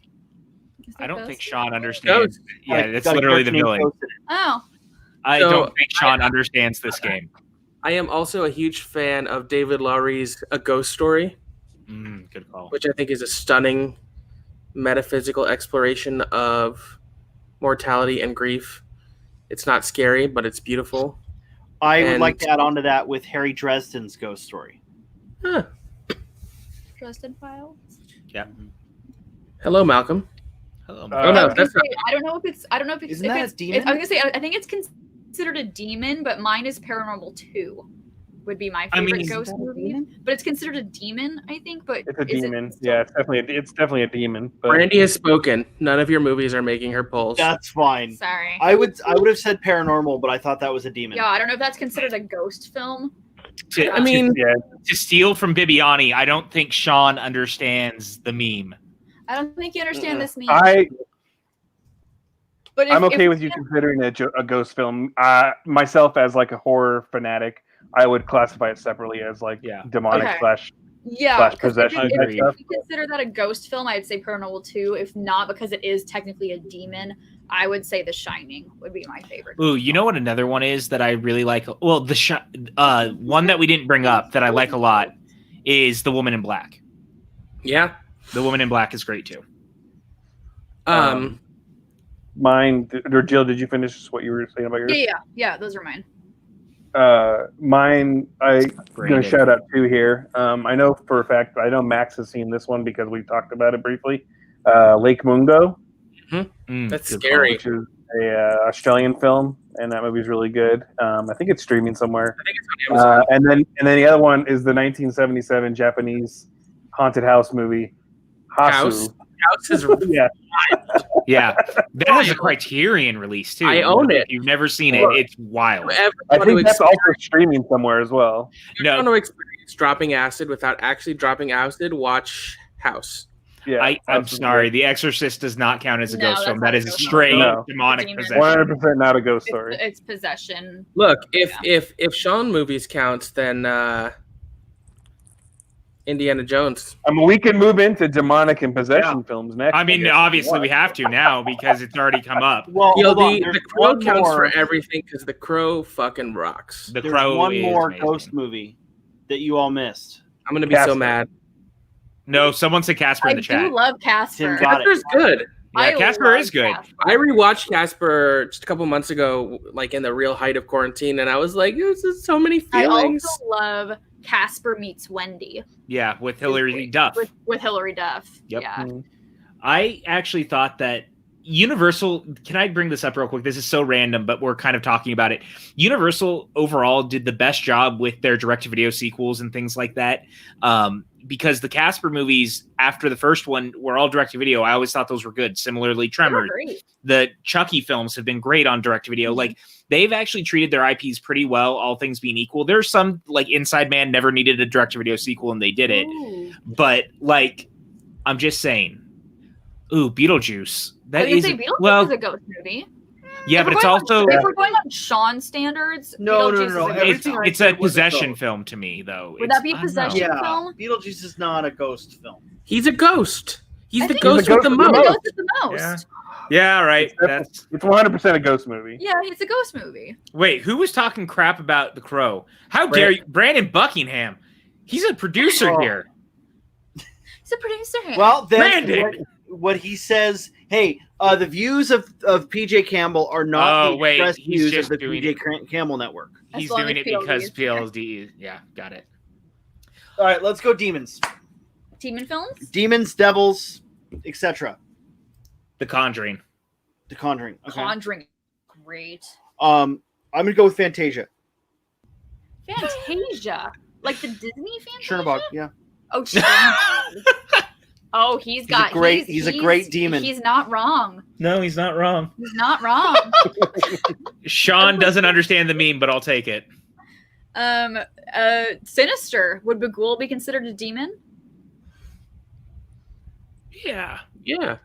Yeah. I think in the broad sense you can classify him a demon. I think you could drill this down further and go into like pagan entities where he would be considered more a pagan entity. That's where I would throw like Paimon as well from Hereditary as a pagan entity. Got it. He's not a demon, but Then if we're doing straight demon, it's Exorcist or Paranormal 2. Exorcist yeah, 3 also. those are definitely demons. Shout out to Kylie for saying Constantine. That's a good one. The Constantine. What about Jennifer's Body? I've never seen Jennifer's Body, and I really want to. I've seen it. I love it. I actually think seen that No, it's a movie. good movie, man. and I she's did a not s- enjoy it when I saw it. I have a huge crush on Jennifer Fox. You'll love it. She's a succubus, which is technically a demon. Give me a good succubus Yeah. any day. Yeah, I'll give it to you. I'll give it to you. You know what else has good demons and is a good movie is Shazam. Yeah, absolutely. It's got the 7 sins. And Evil Dead. They're demons Dead. technically. Yeah, Evil Evil Dead Dead is for sure. demons. Army of all right. Darkness, obviously. Last one. Witches? Mine would be Exorcist. I didn't say mine. I would say I would do Exorcist. Oh, I thought you did. in there. Sorry. No, it's okay. Witches. Last one. Hocus Pocus. I tweeted about this one recently, so let me look up what I tweeted because I don't want to say the wrong thing. Yeah, don't be like me, where you lie to the audience. I don't want to do that. Mine's easy. Black Cauldron. Did you like Black Cauldron? I did. You did? I quite like Black Cauldron. We watched Black Cauldron for the first time like a couple months ago. I like the. It was fine. I mean, it's got everything I want in a, fantasy Disney movie. For me, it's Hocus Pocus or does Bed Knobs and Broomsticks count? Is there a witch in it? Is she considered a witch? She's a witch. She's kind of Mary Poppins-y. Would Mary Poppins be considered a witch? No, No. she's a Time Lord. She's a time. Time Lord or That Face makes Maker. Got sense. it. So But I for would me, it's say Hocus Pocus. The Craft, Mhm. Practical Magic, and Kiki's Delivery Service. I love Kiki's Delivery Service. She's a witch. I That's some love good. That's some good ones, Kiki. Max. Oh my god. Kylie, The I love Avengers is a Kiki. good one. Oh, It's got, Scarlet Witch. Got a witch in it. Yeah? My number one by far, I would say, is The Witch. The Vivitch. Robert that- Eggers' The Witch. But I would also put The Witches up there. I would put Hocus Pocus. I put Suspiria. Yeah. Did you like the remake? I still haven't seen the remake. I need to watch it. It's a lot. It's been a long time since I've seen the original Suspiria, so I need to watch that, and then I'm going to watch the remake. Yes. What was I going to say? But I love The Witch. The Witch is amazing. Yeah, The Witch is very good. That Black Phillip. Black Phillip. So I think Baby Jelly. I don't watch a lot of movies dealing with witches, as it turns out, and I'm a little surprised by this. I mean, there's Oh my god, the joke I could have just said. I know. I think I have two. The Blair Witch Project, which is definitely about witchcraft and shit like that, and then Drag Me to Hell, Sam Raimi. It's a good call. Yeah. Mulan did technically have a witch. Jake Tato is right. The new Mulan. The old Mulan, Yeah. right? No. Yeah, I mean, I didn't see that. Little Mermaid has a witch too, so. But she's not a villain. I was just gonna say a witch is a villain. Brandon, I would never say anything like that. That would be me really lying. Kylie with a great question here. Would Ursula count as a witch? Yes, she's a sea witch. She's a sea witch, yeah. She's Absolutely. The sea witch. She is calls herself the sea witch. absolutely. So witches are based on the concept of a hag. At least our modern concept of witch, the green skin, the warts, all that. And a sea hag would be Ursula. Absolutely. Yeah. All right. So the next category we need to hear about our favorite films. There are movies about that Sean doesn't understand. Movies about traditional Swedish cults. I mean, there's so many to choose from, but gun to head, I'm going Midsummer. I was going to say Midsummer. Midsummer. Never saw that movie. It's so good. I've never either, but I'm assuming that's the only movie about traditional Swedish cults. Yeah. Unless, Sweden made more movies about traditional Swedish cults, which could also There might be more. Scary movie too about a Swedish cult? I didn't know that. What's your favorite movie about a traditional Swedish cult? What? Perfect. Favorite movie about cults? What? In general, I mean, that's not a bad call. I mean, there's a couple I could. Midsummer.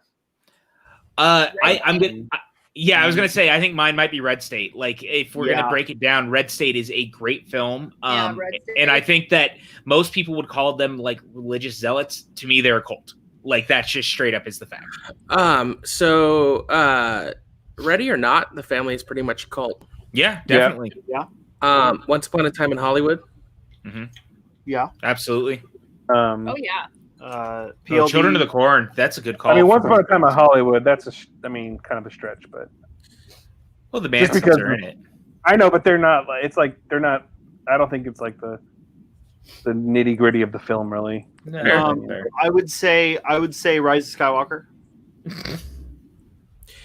I mean, if you want to go that, you could say Temple of Doom. Temple of Doom's a good one. I do love that's my favorite Indiana Jones, I'm gonna be honest. The Master. Oh, The Master's good. Not really a horror film, but I do like it. Martha, Marcy, May, Marlene.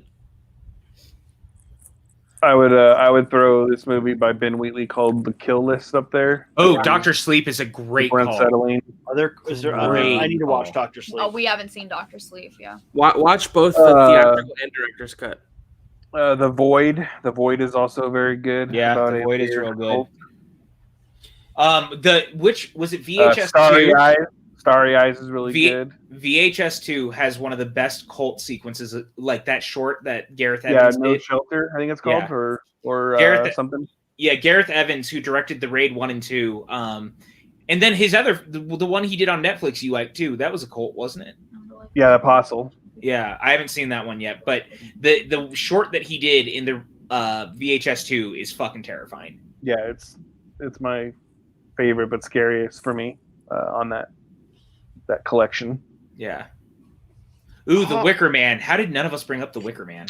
How could I forget to bring up too The Endless? I always talk about Justin Benson and Aaron. Yeah. The Endless is great, and it's like completely about a doomsday cult. Yeah. I don't know if Lord of the Flies counts as a cult. I would consider it. No. Why no? Lord of the Flies is not cult-like. I don't want to get into a huge discussion on George I Orwell. think it's more about like returning to your like savage natures and stuff. Yeah. And yeah, Lord of the Flies. Yeah, I guess. George Orwell is not a. Yeah. It wasn't George Orwell. It was like William Golding, wasn't it? Is that not George Orwell? I thought. It's Oh, not. yeah, that is William Golding. I think it's William Orwell's Golding. Pig I think. Farm, isn't it? Orwell did Animal Orwell Farm is in 1984. Animal Farm, and Yeah, Animal for Farm. some reason, I thought he also did Lord of the Flies. Yeah, George Orwell's on Animal Farm. I mean, it's the same. It's the same. It's in the same. Bless you, Kylie. Bless. Very true. Oh, my bad. I love you, Kylie. It's in the. Kylie got Real the joke. Lord of the Flies is in that same bracket of social commentary things that we have to read in high school. Yeah. Scarlet It is. Letter I read in high school. I did So not what read about that. Monster? Monster movies. Oof. Well, that depends. What do we consider monster? Yeah, what do we movies? define as a monster movie? A movie in which a monster appears. Great. Godzilla King of the Monsters. Great. Okay, I thought Sean was going to go attack the clones for a minute because all the monsters in the original Oh. team. We know how he feels about Godzilla '98, right? Yeah, Godzilla '98. I love that movie. That's the Matthew Broderick one, isn't it? It's not. Look, on the rewatch, I did not enjoy it as much as I thought I would. I have so many that I'm thinking of. There's just so many. Yeah, what Jake said. Does Nightmare Before Christmas count? Because if it does, that one's mine. I mean, that doesn't really count for monsters. That would have been But either there's- ghosts. No, there's or monsters zombies. in it. No, there's monsters in it. There's the Quiet monster. Place. under Ooh. the bed. The Descent is definitely one, Molly. That's a good call. That is good. I don't think Look, I've seen there's a lot just of so monsters. many. Like, obviously, I love Godzilla and Gamera and shit. Mine goes to my like one of the movies that just kind of like captured my heart in terms of like my early, You're gonna say it, aren't very you? very early youth. What? You're gonna say it, aren't you? Do What I am I know what gonna you're? Monster Squad. No, Oh, mine, but it has elements. It has an element in Monster Squad, okay. and that is Creature from the Black Lagoon, Oh, great call. Yeah. Okay. because that's my favorite Universal monster movie. Yeah. So it's gonna Yeah, be my we favorite know. monster We know, Chris. We know. We know. Ooh, Does aliens. Space Dude, there's Jam so many count? good ones in the chat right now. Does Space Jam count? It Yeah, has the Monstars. Space I mean, Jam that movie counts. is So does pretty the horrific. Power Rangers Mine is definitely Space Jam. I know. The Thing is up there. Yeah, the is up thing. there. I'm gonna go between the Jaws. thing, Jaws, Ooh, or Jaws. Okay, Jaws might. it be has mine. not come up tonight. Tremors. It came up earlier from you. An alien movie, though, not a monster movie. No, we're saying monsters. We're getting No, way they're into monsters. They're not aliens. Yeah, they're not aliens. What the fuck are you? They're not Okay, aliens. I don't know. Tremor. I don't know. We're not talking about Technically Tremors. speaking, Space that's- Jam is also aliens. That's critters. You're thinking Yeah. of critters. Yeah, you're thinking of are critters. aliens. They are aliens. They're krites from space that break out of their prison ship. I'm just saying, man. I I'm just love- saying. Hey, no. Here's what I'll say: low hanging fruit. We're better than that. I agree with you, but we're better than that. Jurassic Park would be considered a monster. That is the monster movie. Yeah. I love Bong Joon-ho's The Host. Oh, that's a good call. Pan's Labyrinth. So many good monster movies, guys. Saw one God in here. damn. What was the one? The Mist is a monster movie. Really. Absolutely The is. I mean, Oh. it's totally a monster movie. Both human and creature. What about The Yep. Mummy? The Mummy. I was going to say the Mummy. Mummy. Not the Tom Cruise Nightbreed. one. Nightbreed's The great. one with Brendan Fraser. I think Jabba the Hutt's a monster. Well, you have the Don't say that X-Force, too loud. too. Chris Clark might have a heart attack. I love monsters. I'm not. Yeah, I Killer, didn't- Killer Clowns from Outer Space. Those are some monsters. Guys, They're aliens. We're missing one. What? Monsters Inc. Oh my Yeah. god! Yes, Yes. that's fine. I'm trying to talk about actual scary movies, and yes, Brandy, I am too. Reanimator. I am too. Fuck yes, Reanimator, They absolutely. didn't say it had to be. Yeah, but Reanimator's not really. I mean, I guess Hellboy if we're too. like using the broad term of monster, Reanimators are like zombies, I basically. agree that the Hellboy movies are monster movies. Yes, I do agree with Mine's that. Monster Inc.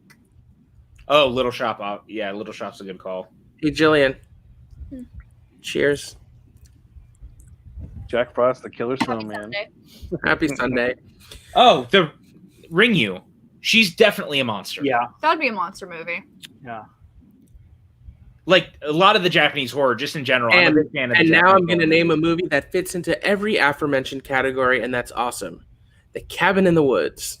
Yes, that is literally. Which it's almost like we're doing a watch along for that next week. Are we That's next Friday. the Oh, yeah, this is a 23rd? good call. I love Super 8, and that is a monster movie for sure. PJ, the 23rd? Yes, that would be the 23rd. All right, I'm gonna add that Split. to my calendar. Oh, yeah, I mean, Gremlins is such a good call. Splinter's a good monster movie. yeah, Cloverfield. Yeah, for sure. We did a watch along of those in our monster movie month. There- Why- guys, yeah, Oh. don't. She hasn't seen it yet, so we don't. Want Oh. to spoil it. Okay, my bad. I don't think she understood what you were saying though. So Okay. I'll say this: I can't wait for the Cabin in the Woods to watch along. And Molly, if you want to come along and hang out in Cabin in the Woods, feel free. We would love to have you. Absolutely. Yeah, 'cause I won't be on that one, I've never so- seen Cabin in the Woods. They'll need some people. Oh, you're missing I that will- one too? I've That's never the one on seen the PJ, I will be 23rd, on right? that one. Yeah. Oh yeah, you did tell me Yeah. you were missing it. Yeah. Yeah, I'm And- missing that one. But look, I think that sort of brings us to the end of our road tonight. I just want to Aw. say, man, I'm so happy that we got to talk about like a lot of spooky stuff and have fun. And Sean showed that he could be on Impractical Jokers because he's really bad at explaining things with graphs. It was fantastic. Wait, what did I miss with graphs? Oh, we were breaking down the Star Wars news. Raul Coley's tweet. About he- Kanan? He pulled it up and started Ezra. circling things, and you missed up. You missed part. There is one other I'm thing sorry, I would like show. to talk about if we're wrapped up with horror movies. What would you like to talk about? So today is National Coming Out Day. Yes, sir. It is. And I tweeted something about it earlier, and I think it's important to talk about these kind of things. And I think it's nice that there's a coming out day. And I just want to say, nobody owes anybody else anything, right? And I completely understand how there are so many people who are in situations that are not safe or where they cannot come out. And so I have just so much admiration and respect for those who are able to live their truth, for those who can come out, who are able to be themselves. And I want everyone to know who watches our channel, who may come along this video, that we love you all. It's no secret that I'm a queer man. This is a safe space for you. We respect you. And whether you've come out or not, there's a place for you here with us. Yeah, absolutely. I mean, some of my best friends in the entire world, obviously Maxwell, this stuff matters, and we want to make sure you guys feel like you have a place where you can go. It's not easy, and I just hope that you can live and be yourself and be out and be the person that you want to be. Like, don't let people hold you back. And I know how hard that can be for anyone in any regard, including your sexuality. So never feel like you don't have a place here. We're always happy to have you guys. Support and love literally everyone. It's really that fucking simple. I don't know why it's so hard for people. Support and love everyone around you. Unless you're Donald Trump, then fuck you. And scene. And you know what? Don't be afraid to reach out to people who are willing to talk and open to talk. And I think Yes. pretty much everyone here, Mhm. if you need to talk to someone, if you need to reach out to someone, Or all of our DMs are open. whether mine or not. Okay, mine are. Well, if you want to talk to Sean, DM me and I'll pass it to him. Yeah, But DM me or Maxwell. I think I follow everyone who's a regular viewer on the channel. So, it's talk to people regardless of whatever you're going through. There's people out there that'll listen to you and that'll help you through it. Yeah. Do not bottle up your emotions. No. It is bad. Not at all. Been there. Trust me. Yeah, and my DMs are always open if you need someone to vent to, someone to talk to. I am told I am a great listener, and if you just need to shoot the shit, feel free to message me. I'm what? I don't know who says she's a good listener. It's gonna break my champagne. Ruined a nice moment. Thanks, Sorry. Sean. Oh boy. But no, like, just shoot me a message and I'll be there. We all will. I can vouch for everybody. We'll definitely all be there for you guys.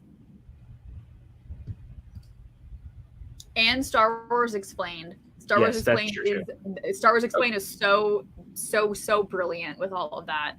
I agree. Molly and Alex are freaking beautiful, amazing people. They're nothing but love. And they make cool shirts. Yeah, I was gonna say I wish I was wearing my actually shirt, but I'm not. Well, I just want to thank. We can keep talking. I enjoyed Here's the it. problem. We would go for 4 hours. No, and I know we would. I know. We have to wrap it up We're eventually. just going to talk after this goes. Not I know. live. After that heartfelt moment, I know. I know. Real quick, we're going to wrap this down, and, I'll kind of run through some of the stuff real quick. But for anyone who's our first time here, welcome to the channel. Thank you for subscribing. I saw Kylie, you just subscribed, which is awesome. Thank you. We do have a Patreon. And if you guys want, there's kind of a tier for everyone. Grab one of those tiers, subscribe. You get access to our Discord, so you can hang out with us anytime. You can get the Emerald membership, which gets you box outtakes, exclusive AMA streams that we're going to be doing, things like that. The $10 membership gets you voting on upcoming content, producer credit here on the channel, all sorts of things. And you know what? You guys might even get box a little bit early. We don't know. Who's to say? And speaking of Patreon producers, a huge thanks to our Patreon producers, our gold tier associate producer, Brandy Parker, our ruby tier producers, Brandon Buckingham, Kale the Youth Critic, Stephen White, Ferris Muthana, Michael K. and Bador. Your support is hugely appreciated and does not go unnoticed. Monday night, we're doing a watch along of Beetlejuice for our not so scary movie squad. Join us for that. It's going to be super fun. Wednesday night, Suddenly Soundtracks is doing Tangled with our very own Jillian, who, as I said at the beginning of the show, is a fucking Tangled queen because she won the Video Chronic quiz with a perfect game. She didn't miss anything. So throw the confetti in the air. Jen Kemp's also on that, and Chris Clark, of course. Thursday night, we are doing a very unique episode of Front Center Mezzanine. All of our episodes thus far have been interview shows. We're going to do something a little different and talk about our favorite spooky musicals. There's no better time to talk about spooky musicals than October. Hopefully, we'll have a few other people joining us with that, but PJ and I will definitely be there. You don't want to miss that. Friday, we're doing nothing because of the big Schmodown pay-per-view, the Teams Tournament Championship between Shazam and Corruption. I'm not saying who I'm rooting for, but I did mention the movie earlier. Saturday. Real quick, I need to interrupt. We did get a $5 donation from Mr. Michael K. in the stream lab. Mike K is the best. He said just throwing a little extra support because you guys are awesome. Michael, thank you, Mike. So much. That's so awesome. So Saturday instead of Friday, we're doing a double feature Scary Movie Squad watch along of The Conjuring and The Conjuring 2. These movies are scary. Chris Clark is going to need to have a defibrillator in his room ready to go. I'm really actually worried about him. I'm not going to lie. I'm a little worried. I am. And then, of course, as we announced, coming October 20th, Box 2 with our unwilling special guest, William Bibiani. Or was he willing? I don't even know anymore. He specifically reached out to us to be on the show. Bibiani. Things that didn't happen. There's one thing I want to point out, and I'm going to call us all out for it, and by us I mean mostly me and PJ. That $10 tier is supposed to be able to vote on things. We need to put up I can do that. We need to put up some votable content.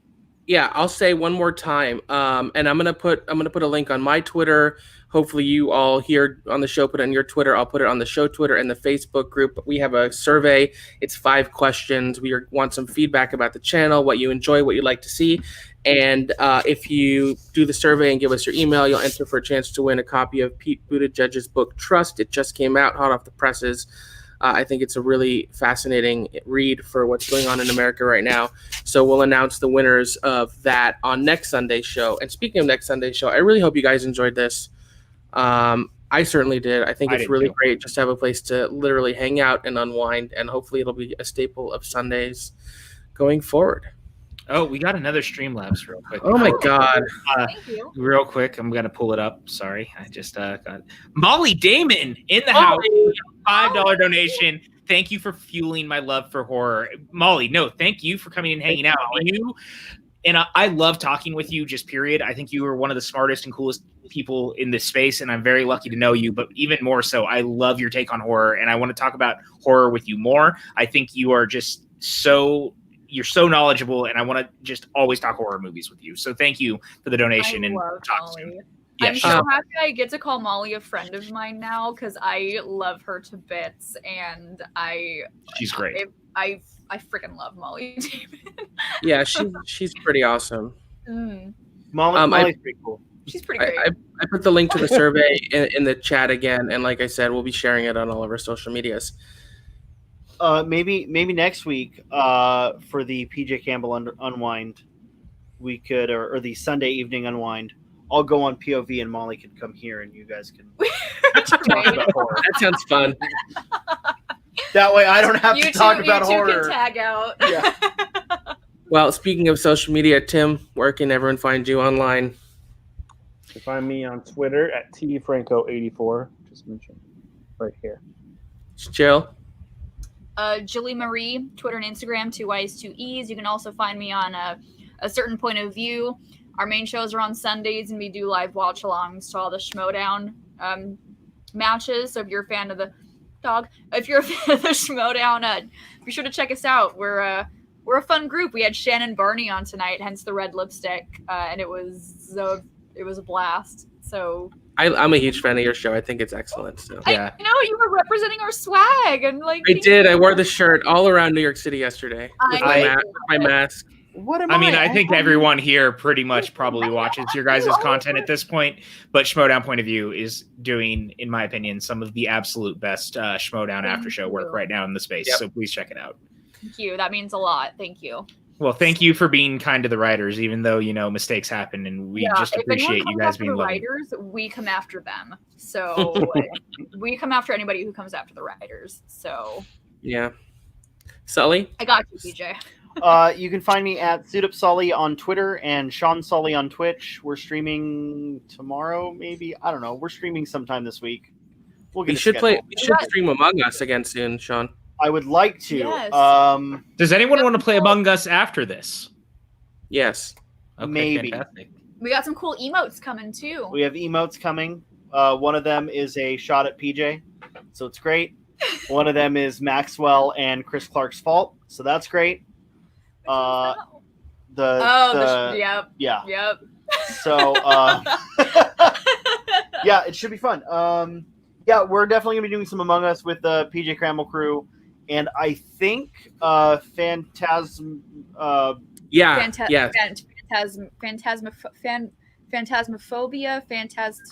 That one, yes. That one. Sure. Phantophobia. Phantasmanian Devil. Phantasmanian Devil. I love the Tasmanian. Fans of Tasmanian Devil. That's it.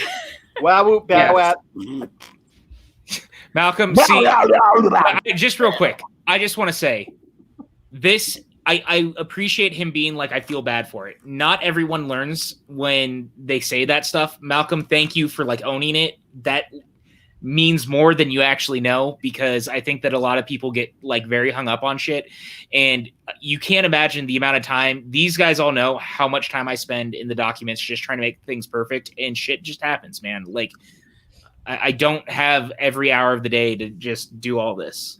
On that note, I'd also like to agree heartily with Brandon Buckingham, who says PJ is a Yankees fan, so God damn it. I appreciate that I went from like, hey, everything's like really nice, and I was complimenting someone, and it's like, hey, PJ, fuck you. Hey PJ, where can people find you on the internets? You guys can find me on Twitter and Instagram at PJ_Campbell, and you can also find me at the Movie Trivia Schmodown, obviously, where I write the questions, and I get to see all your lovely faces, and I hope you guys are enjoying the singles tournament. It's already coming to an end, which means the teams tournament is just around the corner, which means the season is almost over. So thank you guys for the continued support on my first year as head writer. It means the world to me. You guys are all very, very awesome, and I love you all very, very much, and thank you to the four other amazing people on here who have made this channel possible. Without you guys, I couldn't be here doing this, and I love all four of you very, very much. We love you too, despite our best efforts. I know. Oh, Chris Adams joins us just as we're wrapping up. Yeah, sorry, nice Chris. you, Chris. And I'm glad you're feeling better, dude. I've been worried about you all week with your vertigo shit. Like, I've been paying attention. I love you. Yeah. Please get better. We all care about you here. And Chris, I would love to have you on the channel soon. So reach out to me and we'll make it happen. And you know what, Not Chris? your I brother. will say, Kale, I want to say real quick, I think Beetlejuice might be on HBO Max. I have to look. Speaking Believe of- it. Go ahead, Max.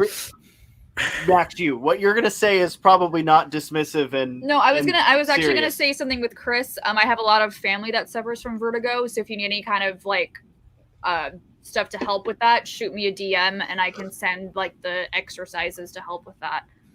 I'm here for you, man. Vertigo sucks. Yeah, we're all here for you. I Vertigo was sucks. gonna make a joke about how much I hated U2's Vertigo, but now you said nice things, so I was Hilarious. Oh, Cam Shaft says it's been an amazing season of questions. Thank PJ. you, Cam. I appreciate It that. And I was going to say, speaking of being on the channel, you know, I really want the Sunday evening Unwind to be sort of an open platform. So if anyone in the community would ever like to come on and join us and shoot the shit with us, send me a DM and we'll be happy to get that set up. You know, the more the merrier. And I hope you guys like this. You know, we're taking a bit of a risk to literally do a show about whatever, a show about nothing. But hopefully we'll be talking about nothing every Sunday. Yeah, man, I love it. I think this was great. This is our answer to the fact that we didn't have a show about nothing. Like, I think it's a good thing. Yeah, I agree. You can find me on Twitter at Cinemaxwell. You can find me on Instagram at Cinemaxwell Inc. Do go ahead and check out our shows on Twitch. We'll be live streaming at Twitch as well, so we can try and get affiliate status. That is a note from Chris Clark. And on that, I'm going to roll the credits. Bye, guys.